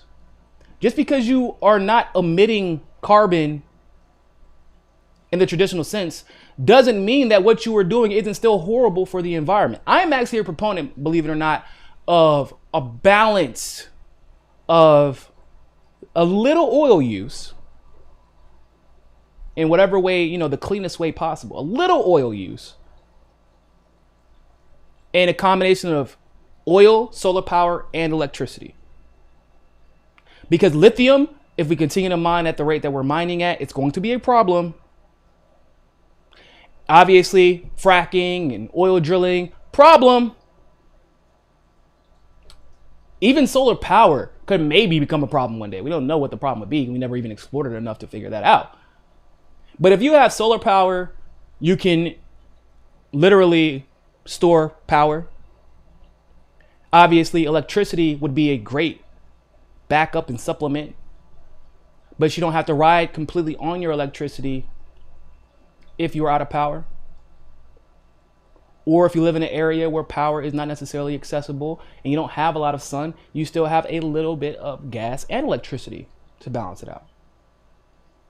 I mean, it's not, I mean, literally somebody made a car that ran on water, so this isn't complicated. It could be done. Everybody has a hand in the profits of every single industry in this country. And the Green New Deal was simply another type of economic coup. Because the people who would be exploited in the Green New Deal are the same people who are exploited in every other, you know, just like in veganism, right? Veganism, at its core, is cool. You know, for animal lovers, for people who want to take care of themselves. But nobody ever wonders where a lot of that stuff comes from. And it's basically slave labor. We're basically destroying, you know, forests. Avocados, look at the avocado industry. You might not even want to be vegan no more. So yeah, do we have an overconsumption problem? Do we have an overconsumption of meat? Absolutely. But what happens if everybody goes vegan? Then you have different problems on your hand. So there's a human cost of veganism that nobody wants to discuss. So instead of deciding that one extreme is the best or the other extreme is the best, when with anything, maybe sometimes we should just try to find our balance. Trademarked. And now you all know where my phrase comes from. That is how the money is spent to sell us extremism. This nation is insane, and the only way we can tone them down is to blow them to pieces. That's in extreme. Or the other side, completely get rid of your guns, completely and totally. You see what's going on in the world right now? Nah, I'm good on that one too. Can we protect ourselves, but make sure that other countries don't fuck with us? Yeah. I think that's possible. It's done around the world all the time, right? You gotta pretend, I should say. It's either get rid of oil completely, 100%, which I'm not really against. Not really. I'm kind of against like I said, I'm against like the commercialization, international commercialization of oil, because of how it's used. However, there are some practical applications of oil too. And if we learn how to use oil in if we learn how to use oil in a way that was not in the excess, that would not do the damage to our ozone layer and our atmosphere, then it would allow our atmosphere to replenish itself the way that we know it can do now, because the ozone layer, a hole that they said couldn't be fixed before, is not there anymore. So it's possible. It's all about moderation. Yeah, you can get drunk once a week. It's cool. As long as you give your body a week to recover from that. Your body is a living organism, and so is the planet. It can take a lot, but in moderation. But if you try to drink every day of the week, you're going to die of liver failure or kidney failure, whichever one comes first. Why? Because you're not giving your body any time to heal, and you're drinking in the excess. So if we think of our body, you can even drink too much water. You can literally drown your blood cells. It's a thing. Don't drink 4 jugs of water a day. You will die. Why? Because even for the things that you perceive as being great for you, in the extreme and in the excess, it is bad for you. It could be fatal. Everything. Also, conspiracy theory, I'm not exactly sold on this idea that oil is scarce. I'm not even going to lie to you. That's a different discussion for a different day. That's my super conspiracy. I don't even remember what that rant was about. Anyway, Africa. Glory. Thank you very much for super chat, Glory. Also, Tulsi is infinitely better on the environment than AOC because she addressed the problems with our ocean, with the reef. Yes. Or oxybenzone acts and others. Yes. Don't get me started on that. Tulsi is the best congressperson and maybe the best politician in the world on the environment. Not even joking. You know how people always say, well, Bernie's hands down the best on the economy. No, you're not. No, he's not. How can you be the best on the economy, but you don't want UBI? Oh, excuse me. He didn't want it yesterday, but now he wants it today. We don't know what the fuck Bernie wants half the time. Somebody said, you can smoke a joint once every 2 hours. Moderation, son. Oh, shit. Oh, man. That's hilarious. That's not moderation, by the way. You won't die, but you'll be asleep for a long time.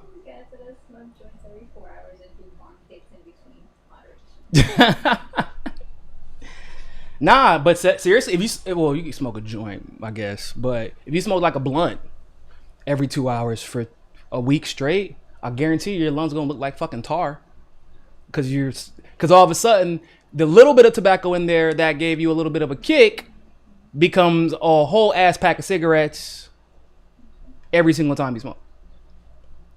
Moderation. But yes, Glory, you're 100% correct.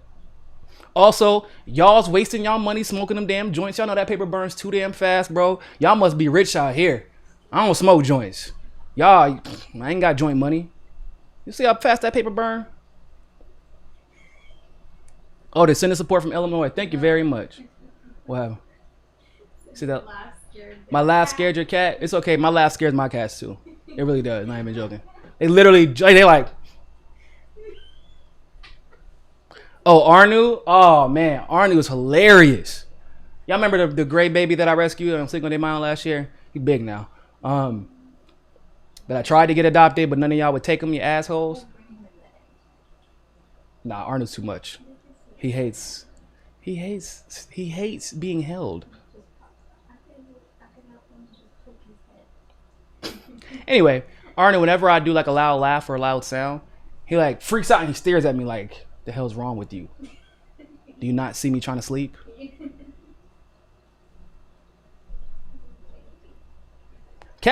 My cats are very demonstrative and animated.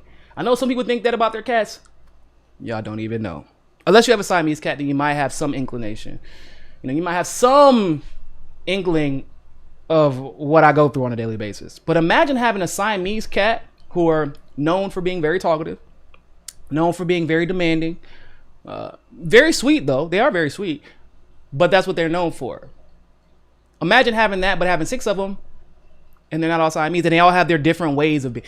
I was joking yesterday on Twitter. So Luna, who's my little baby, she's my forever kitty. She's literally still a kitten, even though I've had her she's 5 now, right? She's 5 because Kane is 6. Kane and Asher is 6, so she's 5.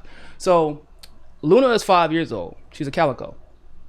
I rescued her in Miami on spring break while we were at the gas station about to go out to the club, actually. And she's still a kitten. She's had kids and everything. She just won't grow. She's like this big. I'm not even joking. She's maybe even smaller than that. Light as a feather. She even meows like a kitten still. She's like Keanu. Have you ever seen that movie? I call it the Keanu disease. Anyway, so she's interesting because she's all anxious and jittery, and she demands my attention a lot. She's definitely a daddy's girl. But when she wants something, she's not like the other cats. You know how like most cats, when they want something, they walk up to you and they knock your phone out your hand. And if you don't have a cat, you don't know this, but that's what cats do. They literally will knock your phone out of your hand. They will sit on your laptop, on the keyboard. They will sit on your face. Whatever they have to do to get your attention, they will do that. That's not what Luna does. When Luna wants water, she begins smacking. First she sits in the bowl. She sits in the bowl. Sits in it. I'm looking at her like, really? First of all, like, just come up and ask me for water. I didn't know you had no water. You know how to talk. They do. They know how to talk. They understand English. So then I'm petty. I'm like, now you're going to have to wait. Right? Because I'm petty like that. That's what happens when you have kids, people. You don't understand if you don't have kids. All right. So then, if I don't put the water in the bowl right away, she begins punching the bowl over and over and over and over. And they're metal bowls. So it isn't like some plastic. It's bing, bing, bing, bing, bing, bing, bing. And I walk in the kitchen. I'm looking at her like, have you lost your mind? And she looking at me like, have you lost your mind? I'm pretty sure I just asked you for some water. They want to see them. Oh, I can't show y'all all of them. Y'all want to see Luna? You're the ones that I'm unemployed in Germany, but I have joint money. So I'll bring in Luna in a sec. So that's not. So once again, whenever the cat litter is full, the other cats will actually stand outside of it and let us know. They'll come and get us. They'll like walk around in circles and stuff like that. That's not Luna. Don't leave no clothes around. If that cat litter is full and Luna wants to use it and you have not changed it, Luna will take your shirt. She'll take your hat. She'll take your sock. She don't care.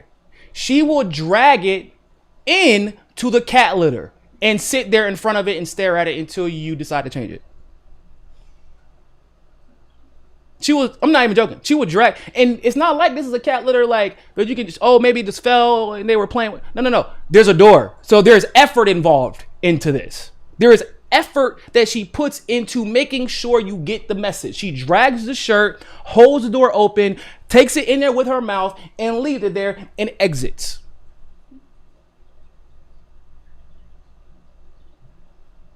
Got shirts that can't wear again. Socks we had to throw away. Because that's what she does. It's my babies, man. Yeah, I want to see them. Pretty sure they got it from me. Y'all want to see my forever kitty? Wait, hold on. Someone said, Niko, how do we know your Mimosas are not a heat fill basis for the hour? They're not again. A what?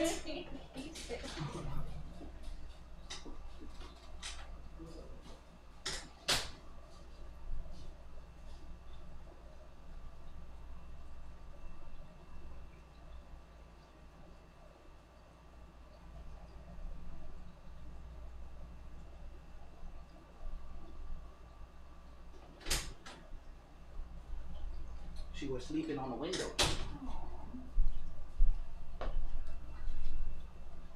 So this is Luna, my forever kitty, everybody.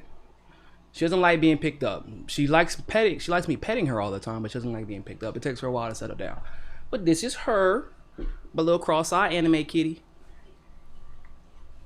Want to say hi? You want to say hi? She was just sleeping. She sleeps on the windowsill, even though she can't really fit on the windowsill. So when she falls asleep, she always falls off. Well, I gotta make sure she's comfortable. There you go. There you go. Y'all can see her now. She was asleep. And so, but she always falls off. She literally fall. But here's what's crazy. She wakes up in the middle. It's probably maybe a 2-foot fall from the windowsill to the ground. She wakes up mid-fall every single time and lands on her feet from being dead asleep. It's the craziest thing I ever seen. What? You can move it? Oh yeah, you can move it out of the way. What's up, baby girl? This is usually when she kicks me in the face because she doesn't want to be picked up. But she's actually acting relatively calm right now. It's kind of weird. That's how I know she was sleepy. What, do we have another question so I can answer it while I'm taking care of her? Oh, I can't get all of them. We'll bring another one on next week because the other ones are sleeping and they're more grumpy when you wake them up. God forbid we wake up Asher or Arnu. What's the chat? First one is really happy about your channel. Thanks for all you do. Much love from San Francisco. Happy Sharma.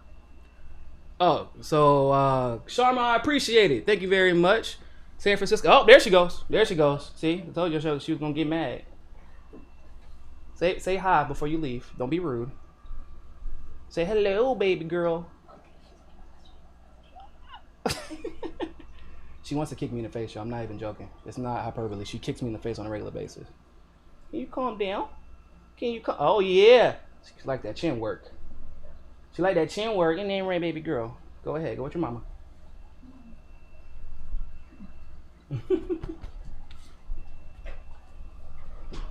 Anyway, Sean, thank you very much. Thank you very much. I'm glad you found my channel too, given how YouTube works extremely hard. Y'all know I love y'all because I'm pretty sure she scratched my damn shirt, and this is an expensive shirt. But you know, YouTube works extremely hard to suppress us. So I'm glad you found this too.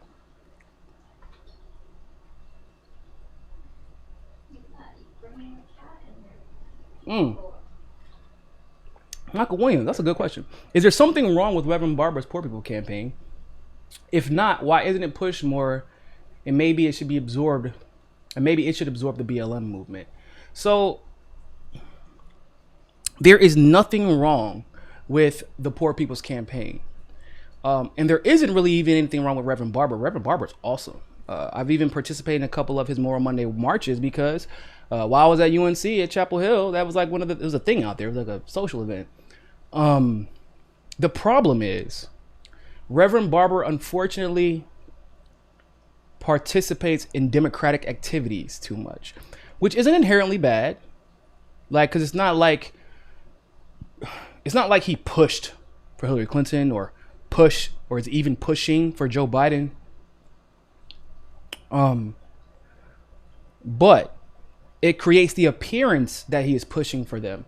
And so what happens is that people who are very, very testy about this political environment that we're in right now, they get turned off because they believe that they don't. A lot of people, although he is very similar to Cornel West, a lot of people don't see him like they see Cornel West because Cornel West is almost universally hated by the establishment on both sides, whereas that's not necessarily the case for Reverend Barber. Reverend Barber, he conducts himself in such a way that people in the Democratic Party do like him, which is why he was invited to speak at the 2016 Democratic National Convention. So the Poor People's Campaign, it's amazing. I wouldn't say that they should absorb, quote unquote, BLM, because you can't really absorb a lifestyle. Like BLM, yeah, there's a 501c4 that's been corrupted by the Democratic Party at the national level, but BLM is indeed, it's a way of life, man. It can't be a movement. Poor People's Campaign is a movement because someday you can be poor, someday you can be rich and help other poor people from not being rich potentially. You can't just stop being black, bro.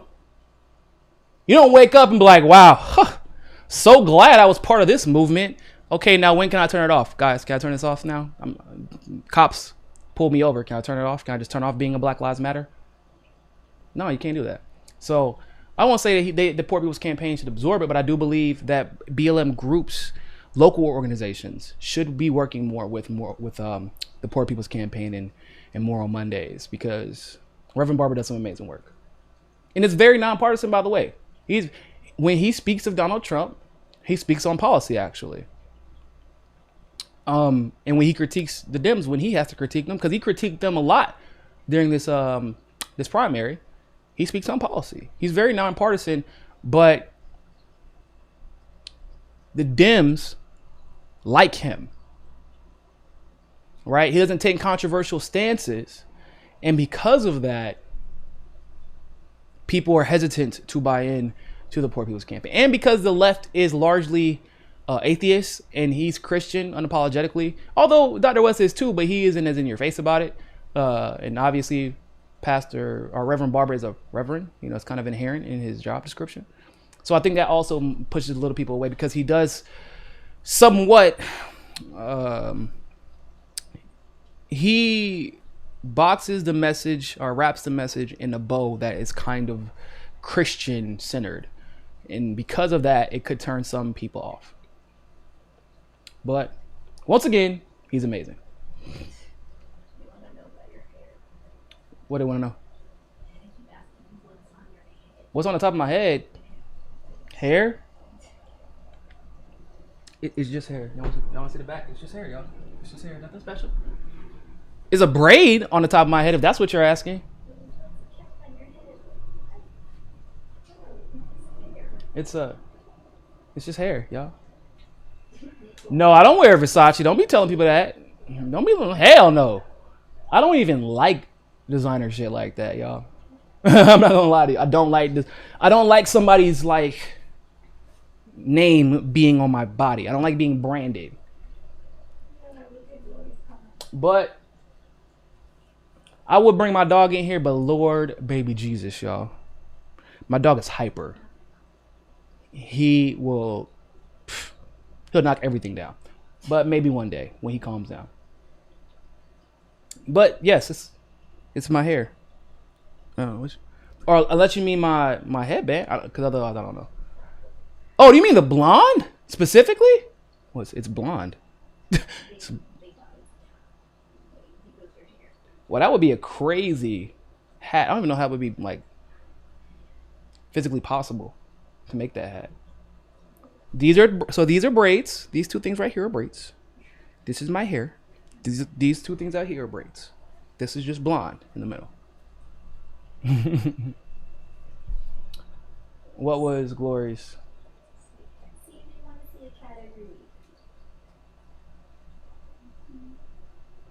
Oh, snap. Kyrie just committed $1.5 million for WNBA players who are foregoing this season. That's good. I'm glad Kyrie finally putting his money where his mouth is. I mean, shit. It's not like he's earning on a damn NBA court anymore. Boy has been kind of bummy since going to the Nets. So he got way too much money to play almost zero defense and be a team chemistry killer. But that's a different discussion for a different day. But that's good for Kyrie. For those of you who don't know, $1.5 million for WNBA players is a lot of money. Unfortunately, it shouldn't be that way, but they only play like WNBA games on like ESPN too, bro. It's messed up, honestly. Because I enjoy watching WNBA games when I get to catch them, but I don't pay for cable. Like I'm poor. I can't afford no cable. I pay for the internet that y'all need me to so I can stream clearly. Gotta pay for Netflix and Hulu and Disney Plus, because I don't even know why I pay for Netflix and Hulu, because I only watch Marvel all day, every day in sports. That's literally it. So it's just, if they put WNBA games on at the right times, I think they would have much more success.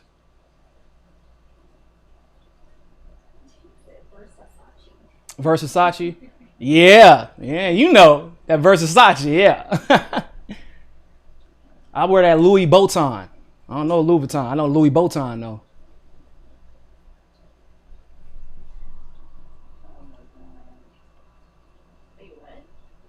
What's up?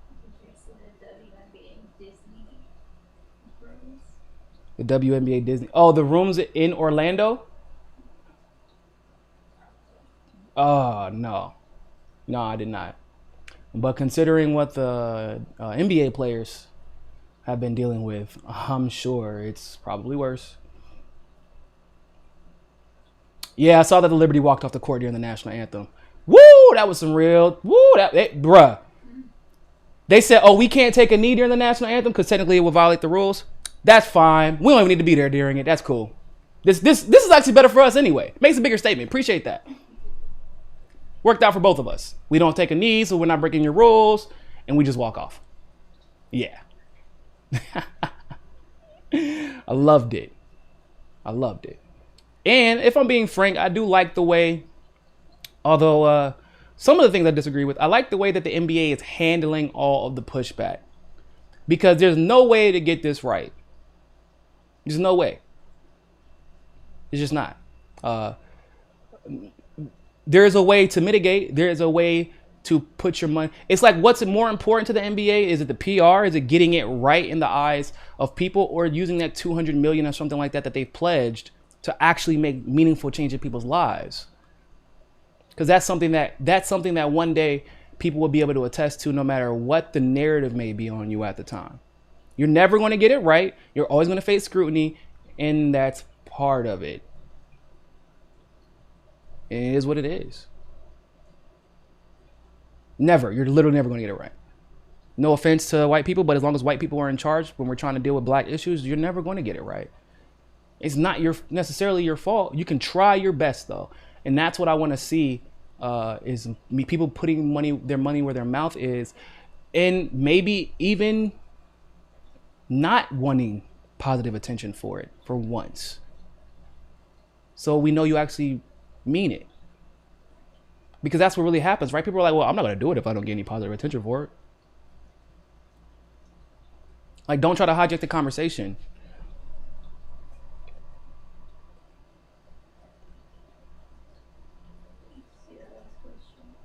What was the last question? Laura says, so if I write in Tulsi, I burn away my vote like my friends say.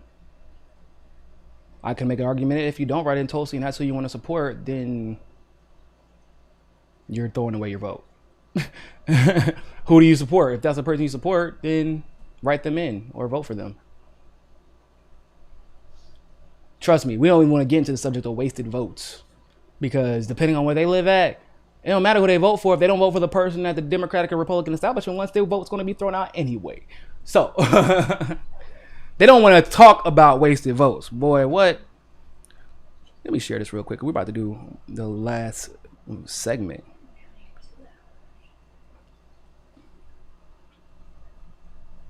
Make sure y'all like the video and share it.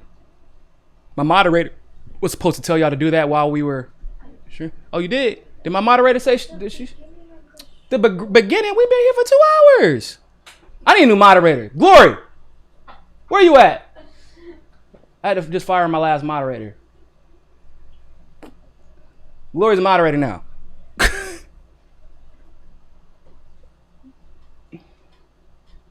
My co-host. Oh, you're just gonna give my wife a promotion like that? Oh, Jesus. Co-host? What at? Oh, hell. Okay, I'm about to Walk out and go where? Oh, okay. They don't know. I'm walking out. So when my wife gets back, we're gonna do another quick video, because this is about to be sweet baby Jesus. Y'all, some of the stuff that people be saying, I don't understand. Like, are they trying to be disingenuous, or are they trying to be accepted? Richie, or as I like to call him, Rich Boy, Richie Madhurst, covered this yesterday, and I was like, oh man, I gotta talk about that. And we actually will have more than one camera when we move into our new spot. Well, technically we have more than one camera now, but not the space for it. But when we move, we will have more than one camera.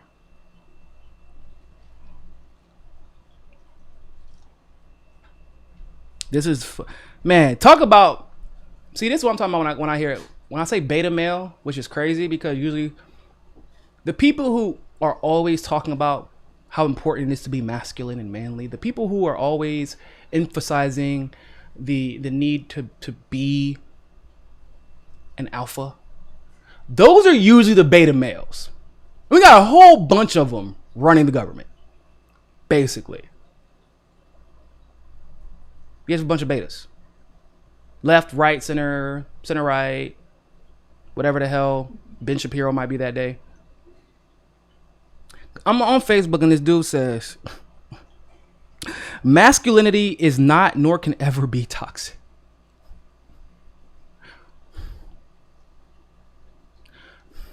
I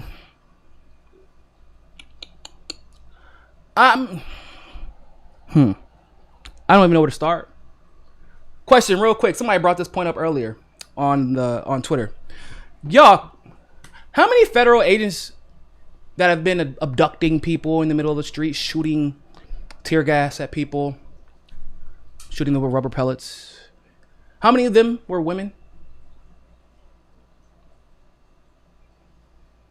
Huh? How many of those? How many of them were women? Y'all got to count on that. Like, how many of those they're literally mercenaries? They're mercenaries from the firm that's actually controlled by Betsy DeVos's brother. Literally. So somebody in Trump's administration is directly profiting from the mercenaries being on the streets.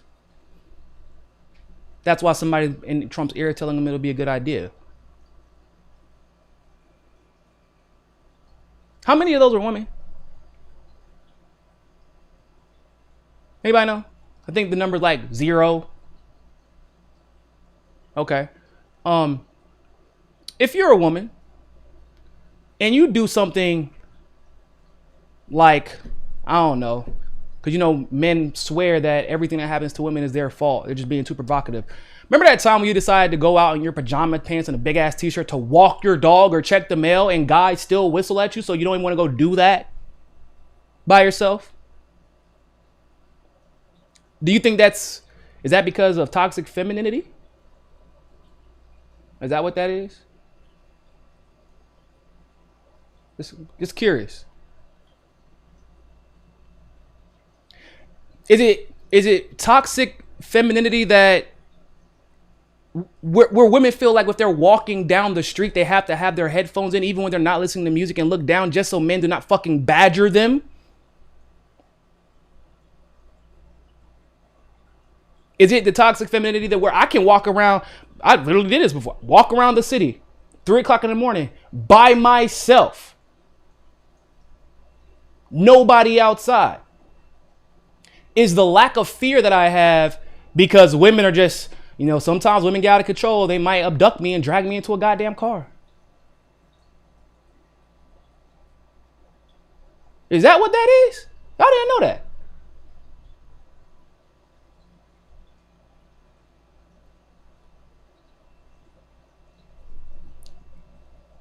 What's crazy is that that is emblematic of what toxic masculinity is. It's being too pussy to admit that sometimes you a toxic motherfucker and you have a dick.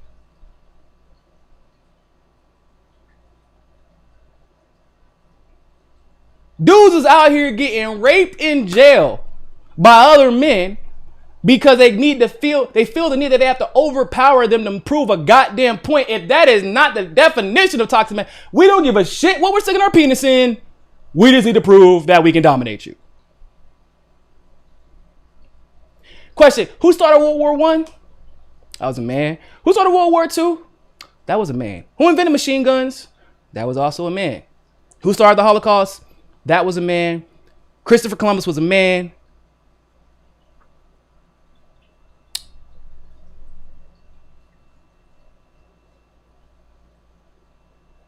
I mean, literally every major problem this world is dealing with right now started by a male whose toxic masculinity went unchecked?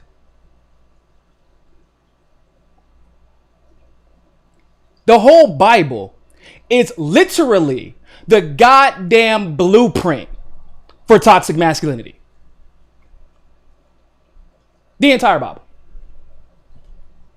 It is. I mean, in anybody's work, you can see what the world was like in a little bit, and you can also see a little bit about the author, no matter what time period it was written in. And they will, bro, they'll sit there and say, a man shall not lay with a man. Well, can a woman lay with a woman? Well, depends. Can I be there for it? They don't say shit about that. It just completely went unchecked. But that's because they had to create this idea, this notion, this belief that men you can't be gay. Has to be undercover. Why? Because property was in the man's name. Only men could pass down property, and men could only pass down property to other men. If I got property in my name, and you're a man, and you have property, and we bumping thuds, then who's in charge of the property? It get real complicated back then. Because when you're living in a damn patriarchal, toxically masculine society, that's what happens. There was no possibility that, well, maybe we can pass it down to one of our daughters or our sisters. Whoa. No. Listen, I'm gay. I'm not evil. Okay? It wouldn't be a thing. They literally tried to sell this notion, woman, cover yourself up. Be modest. Because that's true feminism. No, it's do what the hell you want to. It's your body in your clothes. That's true feminism. But you notice they left out that part where men, make sure you're covering yourselves up too. Because you have to be modest in the eyes of God. No, they left that part out. Nah.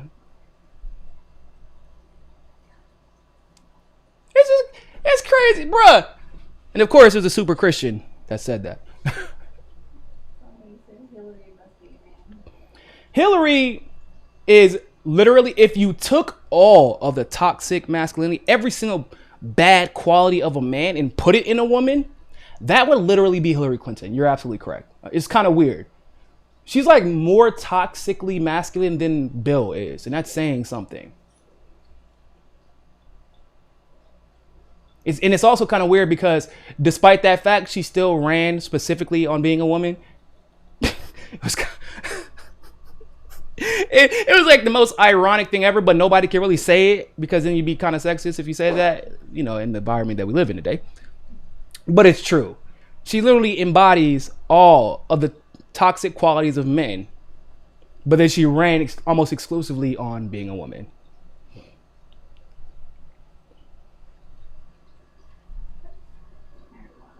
Oh shit, Nizar said, but all the weapons manufacturing companies have female CEOs. Yeah, that's that rebranding thing that they're trying now.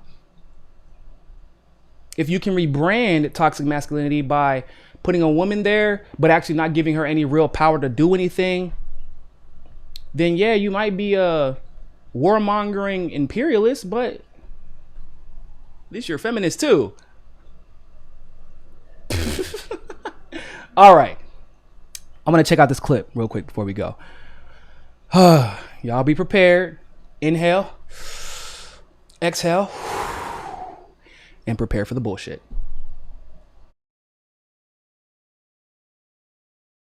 Recent op-ed caught my eye, ran in the New York Post. It's called The Fallacy of White Privilege and How It's Corroding Society, examines whether or not white privilege exists. Talks about how our working definition of white privilege has some shortcomings that we might want to consider. So joining me now is the writer of that op-ed himself, Rav Arora, to talk more about his op-ed. He's also a riser, so we're very happy to feature him here. Rav, great to see you. Thanks for joining us. Yeah, thanks for having me on. Huge Absolutely. fan. So, Rob, tell me a little bit about the theses that you kind of came to here. It's a very provocative headline, and obviously the op-ed, went very viral and it was discussed widely. You have two things I think you wanted to say about white privilege. Go ahead. Sure. Yeah. So there's two main definitions of white privilege that I see in the media, in journalism, the most. And so I'll talk about those two. The first one is that white people are largely immune from racism. Therefore, they have white privilege. And I would push back on that just a little bit because I know I have white friends, for example, who have similar views as I do, such as, we need reasonable limits on our immigration system, but they get called white supremacists, racists, etc. Whereas I get cut a bit more slack because I'm not white. Yeah, Although I feel you on that one, my friend. Although I get kind of seen as a reject or somebody who doesn't understand. But nonetheless, that definition is true. There is a certain kind of white privilege of not experiencing racism in some contexts. Um, but I fail to see the importance of white privilege so much so for it to dominate our mainstream. I mean, there are truly infinite privileges, many of which are far more predictive, far more important than white privilege. I mean, there's temperament, there's geography, there's intelligence, age, health, wealth, education, culture, etc. And many of these are malleable. Many of these are more important than anything that whiteness is going to get you in society. And So- I mentioned in my sorry, go ahead. Yeah, Rob, let's stop there and let's talk about it because I think it's an interesting thing when you're talking Sure. about deterministic factors. Now, if we want to live in a more equitable society, what are some of the deterministic factors that a government might be able to target in order to make sure that we live in a more economically and racially just society? Yeah, I mean, governments can only do so much, and I have deep suspicions of government, just because of how governments have been terrible with things like the war on drugs, the war on poverty, and so I'm a bit skeptical about what governments can do. I mean, I still see in certain communities we need more opportunities for jobs. In some poor communities, we need more policing because the homicide rates are so high, especially right now. But one variable that is very important, a privilege that is very important, is having two parents in the household, and I touched on that in my piece. If you look at family structure, that's one of the greatest predictors for success, and that's why you see the poverty rate among married Black families is lower, has been lower significantly since 1994 than the poverty rate of white families as a whole. So when you stipulate just that one variable, you see very different outcomes, which suggests that there are other privileges that are far more important in our society, yet we fixate on white privilege. Y'all, let me gather myself real quick.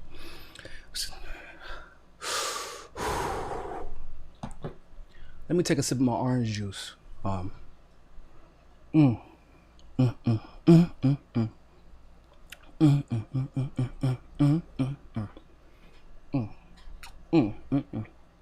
let me go ahead and warn everybody. If you got sensitive ears, if you got your TV or your iPhone on loud, turn it down just a little bit. Because this ain't gonna be, this is not gonna be one of them quiet videos. Not that I do many of those, but this ain't gonna be. Oh, sweet Lord, baby, Jesus. First of all, Sagar asked him some good questions. And he actually didn't even capitulate there, although personally, I can confirm Sagar does believe in white privilege. It's more so to the extent of its effect on economic outcomes that he does challenge, which I have no problem with. But this shit, oh, Lord, baby, Jesus. Okay, so where do we start?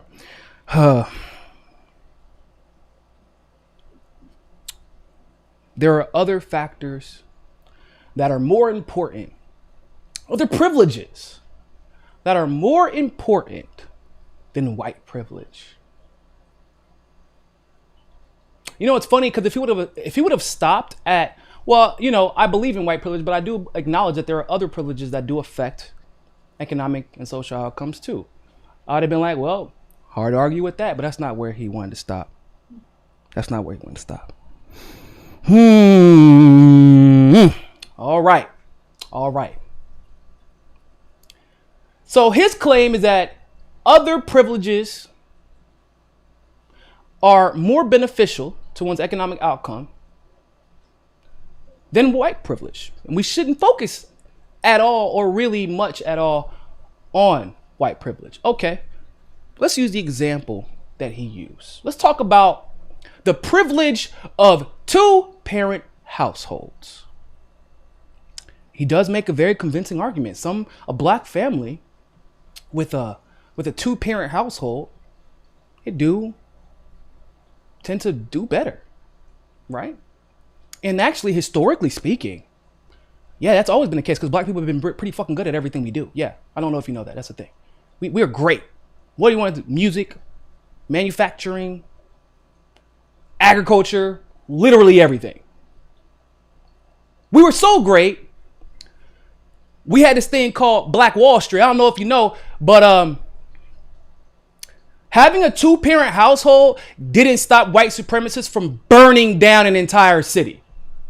Like the cops didn't run up to to Black Wall Street. That was the most successful town in all of Oklahoma and damn near all of the country.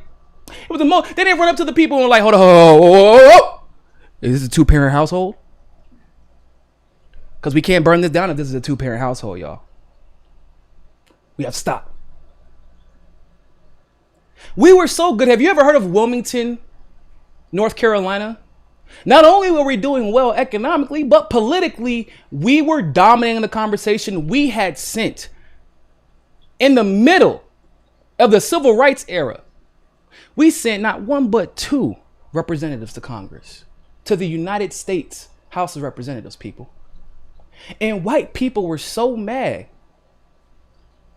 that they burned down Wilmington and they literally took it over. They burned down Wilmington.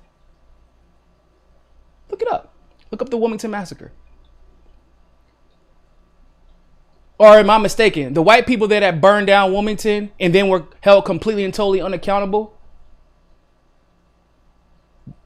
Like they were just really, really upset that there weren't enough two-parent households? Was that what it is? Not enough two-parent households. Okay. Let's go back to Black Wall Street. If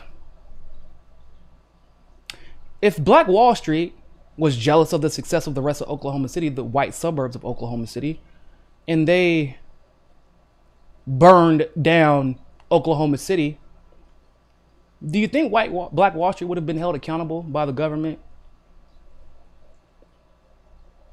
Yeah. I'm sure it's because all those white people had a bunch of two-parent households. And so, like, that's why the government was like, no, you're killing too many two-parent households.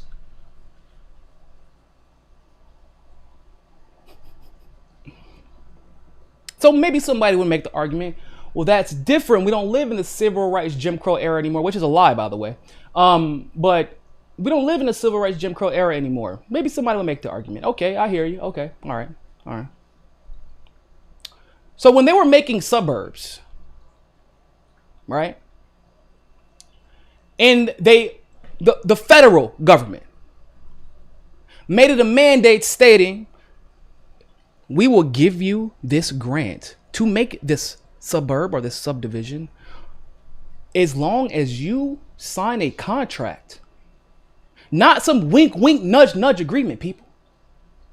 A contract saying you will not allow any black people to move into this suburb. You know, the same suburbs that you buy a house, you pay it off, you pass that down to your child, or you buy a house, you pay it off, you take out a second mortgage to potentially invest in your child's college or invest in a business, or give it to your child's college to invest in, or give it to your child after they get to college to invest in a business, or invest that into a trust for your child so that they're set up for life or for your grandchildren.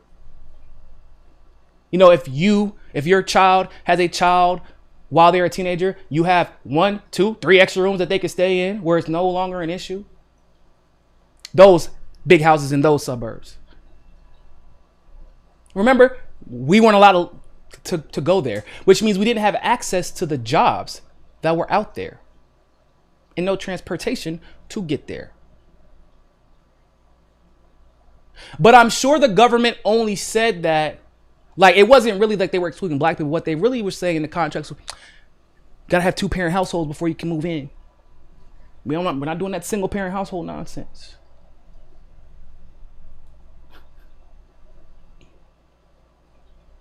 But even still, okay, let's go a little bit more forward then. So then they stopped. They couldn't officially say black people could not move into the suburbs anymore. So they had to switch it up a bit. They had to switch it up on them, okay? It's post-segregation, you know, so the world's super accepting. Except redlining happened. Redlining. You know what redlining is? Redlining means if I am black and I try to apply for a loan, because this is a concerted effort. This isn't just the government. You got to remember, guys, white supremacy is a team sport. So the federal government screwed us in the civil rights era, and then the banks joined in on the fun, and they denied us any loan. So even now that legally we could be in a suburb, oh, now you can't qualify for the loan. Well, why? Guess you don't have a 2-parent household. Sorry. So what, was my credit bad? Yeah, we think so. Really? Because I'm doing better than my neighbor, and my white neighbor just was able to get a loan. Yeah, well, he has a 2-parent household, so it's different. So now I'm denied a loan for that. Okay, well, you know what? Like I said, black people have been very innovative, and we've invented a lot of shit. So let me take this invention that I had and go get a business loan. Fine, I'll buy the goddamn house cash. Well, oh, about that. What, now you're gonna tell me I don't qualify for a business loan even if I have the down payment? Yeah, nah, can't do that. You want a business where? No. Can't. That block's taken. Who? By who? A Korean, an Iranian, an Afghani. We're letting them get that. That's their alcohol store. Well, why can't I own it? See, one of the stipulations is that you have to have a 2-parent household and you only have a 1-parent household. But he's a single mother. Yeah, or but her dad moved in, so the kid's grandfather's there, so kind of balances out. So I can't get a loan for my house and I can't get a loan for my business. And what are the most common ways that white people start their businesses and accrue wealth and investment? They take out second mortgages on their house, or they get business loans. And the wealth multiplies.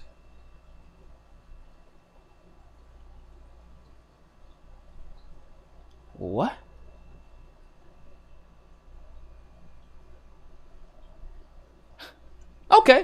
Okay. So maybe we should go a little bit more. Let's go to the 90s. Okay. Well, finally, after 3 generations of saving up and then being forced to join the military, we have some security, guys. We have some security. Detroit, Chicago, booming. Thankfully, we're finally rebuilding everything that they burned down and took from us, even though we had to literally jump in front of goddamn bullets to do it. Okay. So let's go ahead and get this thing started. Oh, you just started your business? Oh, damn. About that, I have a corporation that my grandfather started in 1912. It's worth about $800 million. And your restaurant, your little restaurant, is only worth like $200,000. So you don't have to move your restaurant, and you don't even have to move your house. But I'm going to move into this neighborhood with my restaurant that sells the exact same food as you. And I'm going to build my house here. And the property taxes are going to skyrocket. So good luck. Thank you for building this community and building up this community with absolutely nothing and making it profitable for us. Because we damn sure didn't want to deal with it. Appreciate it.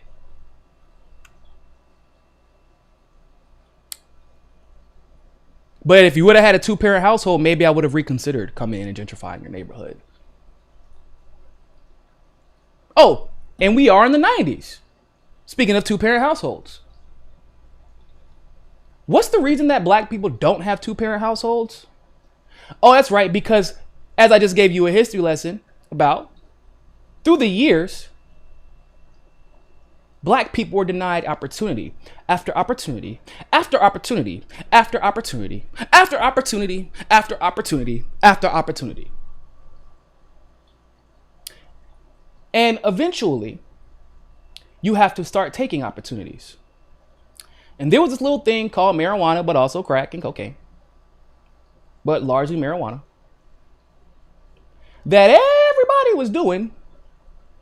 But when black people started selling it, because it was actually getting funneled into our communities by the government, but when black people started selling that same thing that literally people in Hollywood and the government were taking all the time, the things that cocaine and heroin, which people in the military were literally using on a regular basis, that's the only way they were able to stay awake. See, whenever black people started selling it, we had to have a war on drugs. This isn't like amphetamines and pills, because their little white kids take those, and it's a epidemic whenever white kids take pills. It's a war on drugs when black kids smoke weed.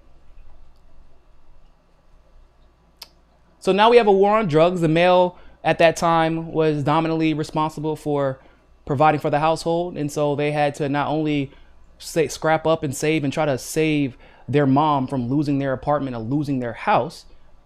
They also had their family to provide for, and their kids looking up to them, because I can't get a loan for them. I can't pay for their school. I can't even pay to get them out of this neighborhood. And if I don't get out of this neighborhood, they're going to get shot. So those men were arrested. Those men were given disproportionately larger sentences than anybody else. Those men didn't get the slap on the wrist that Tim Allen got when he got caught trying to move cocaine across the border. Tim Allen, you know, Tool Time? That Tim Allen, yes. Got caught trying to move cocaine across the border.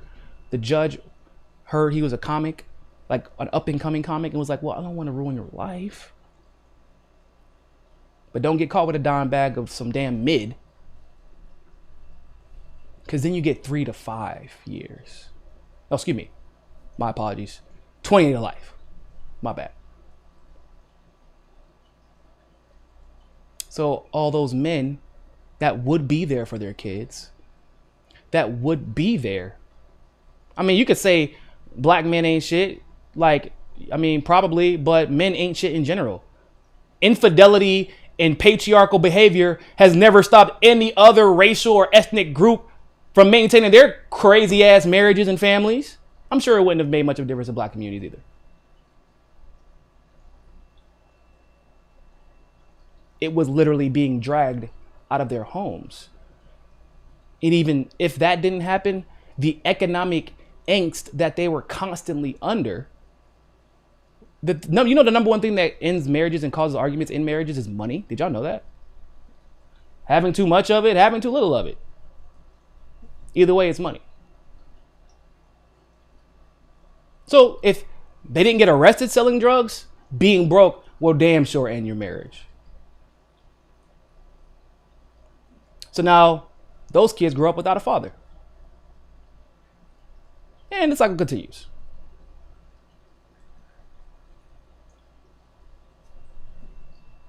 Oh, did I tell you this is the 90s, so redlining is still a thing, and then even into the early 2000s, redlining is still a thing, and gentrification is just picking back up?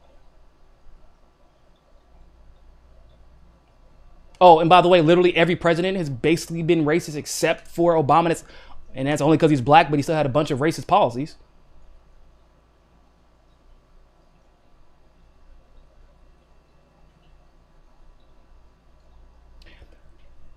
But hey, I'm sure all of that shit happened because black people simply did not have the privilege of having enough two-parent households in their community. Are you fucking kidding me? But that's the problem, isn't it? Everybody wants to diagnose the surface because it's easier. It makes them feel special. It makes them feel like they've actually worked hard to achieve. And they want to believe that everybody has the same opportunity to achieve the same goals that they did. I didn't come from money. My mother didn't come from money, but her family kind of came from money.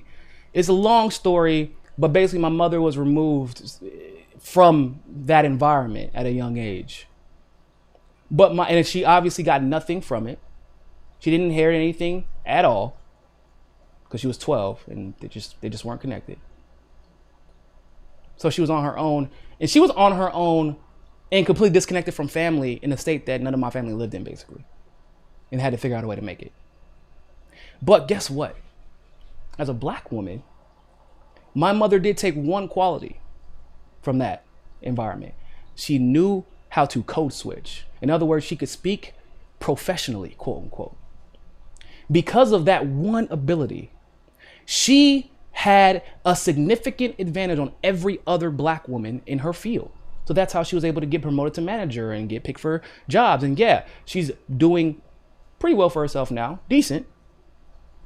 But that one ability that she got from money that she never even saw a generation ago, just the ability to speak well, to talk like you've been around money before, gave her an advantage. And then she was able to instill that, if nothing else, that one quality into myself and my brother. So when I went to debate and I didn't know anything, I knew how to talk like I knew everything. And I picked it up along the way. And because of that, I was accepted. So people wanted to invest their time into me. Oh, Niko, we see a lot of potential in you.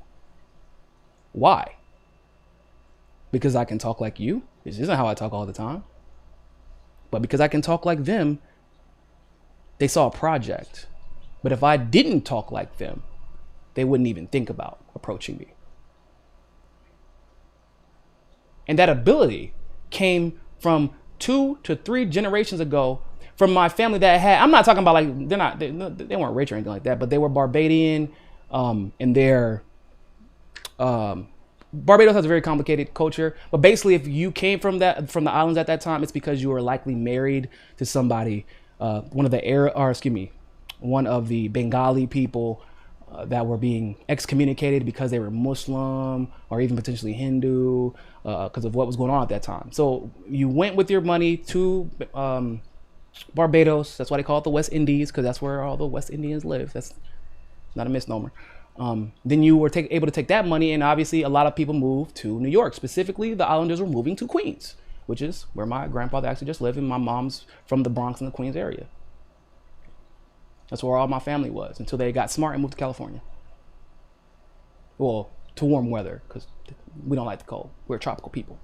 So, but because 3 generations ago, my mom didn't adopt any of the money, none of the finances, just the ability to speak like she had money. And that is how much of an advantage one aspect of being lighter skinned and being of the imperialist demographic, that one aspect put me in the position I'm in right now, where I can talk in front of a camera comfortably to you without having to really prepare. If somebody can ask, Niko, we need you to go give a 30-minute speech in front of X amount of politicians and X amount of CEOs. Okay, well, don't you want to know what it's about? And I'll figure it out when I get there. I can give a whole speech about it. That's because of my mom and because of the family she came from. That one advantage put me in front of presidential candidates. That one advantage allowed me to start my own network. That one advantage. One. Imagine having every advantage that you could possibly have since 1890. Imagine building a business and not having to worry about it being burned down. Imagine applying for a loan and not having to worry about because this in racist creditors, that's still a thing. You know that. I don't know if y'all know. It is a thing. Imagine trying to take out, imagine not having your child's education be controlled by the property taxes that are paid for in a neighborhood, in public housing that you are forced to move into because you did not qualify for the goddamn mortgage loan. Because they refused to allow you to move into that neighborhood. The neighborhood where you could have went to a better school and been afforded better networking opportunities. We didn't get all that. I got one. Just the ability to speak. That's it. Imagine getting everything. So there are some people who have had every advantage, and they're still fucking failures. They're still mediocre as shit. They wouldn't know what to do with real competition. Like, as far as the free market is concerned, they wouldn't know what to do. They would freak out because they've never had to deal with real competition. And such is the progressive movement. What do y'all think these people get their money from? Their parents? What do you think they got the money to go to college from? Their parents, their families? Why do you think they get hired to these jobs? Their networks that were given to them by the schools they went to through because their parents could afford to get them in and could also afford the network to prepare them to be there.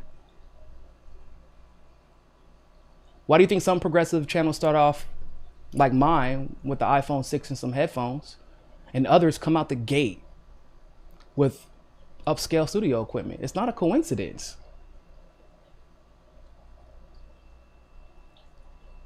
If you are as, I don't want to insult the guy, I'm sure he's well-meaning maybe, but it seemed like he's just trying to be a contrarian because he wants to be accepted, as Richie said yesterday. He's like, Richie was going in on this dude, but I'm not even gonna go in on him like that. I'm going on his argument, which is ridiculous. You were working backwards from your conclusion that you hope is true, because your white friends have been telling you, well, did you think about this? Did you think about that?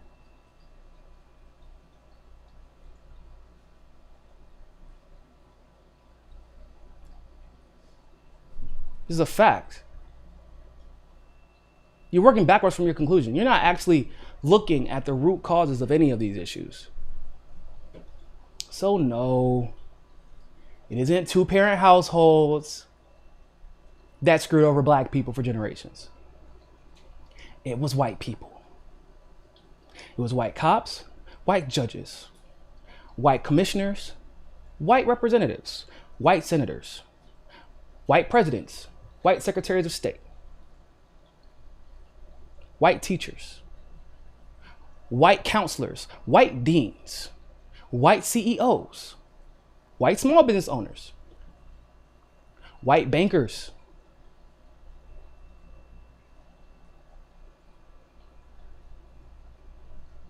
white generals.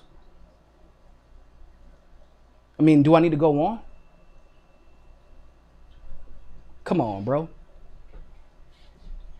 Anyway, did I get any super chats before I go?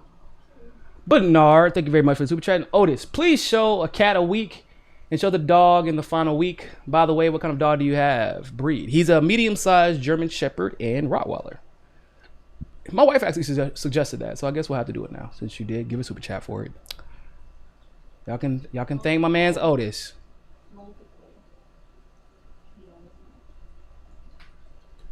Man. Let me take my sip before I get up out of here. Thank you all so much for tuning in to that live stream AMA session. That was a good time. Even though we ended on a heavy note. It's all right. It's all right. We're here to talk that real shit since nobody else will. And with that being said, oh, first of all, make sure y'all go to our website. Check it out. I'll type the link in the description again. Check out my most recent article. Y'all go check out my mixtape, man. That's my most recent article. Make sure y'all subscribe to us on Rockfin. Consider endorsing us or supporting us on Patreon, whichever one works. Appreciate it. Thanks for everybody who dropped a super chat. Did I miss anything, babe? Nope. All right. Oh, wait. What? Co-host on camera. Co-host on camera. We'll think about it. With that being said, ladies and gentlemen, thank you all so much for tuning into that live stream. Mimosa Monday, MAA, here on the MCSC Network. I am your humble host, Niko House, and always remember, more than anything else, find your balance. Peace. If you like that segment of Mikasa Sukasa, don't forget to like the video and smash that subscribe button. Want access to members only live streams, behind the scenes footage, and other premium content? Well, you can endorse us on Rockfin Premium, become a patron through Patreon, or you can sign up for the MCSC Premium membership through YouTube. All the links are in the description below. But hey, more than anything else, More than anything else, More than anything else, More than anything else. always remember, Find your balance. find your balance. find your balance. Find your balance. Find your balance. Find your balance. Find your balance. Always remember, more than anything else, find your balance. peace.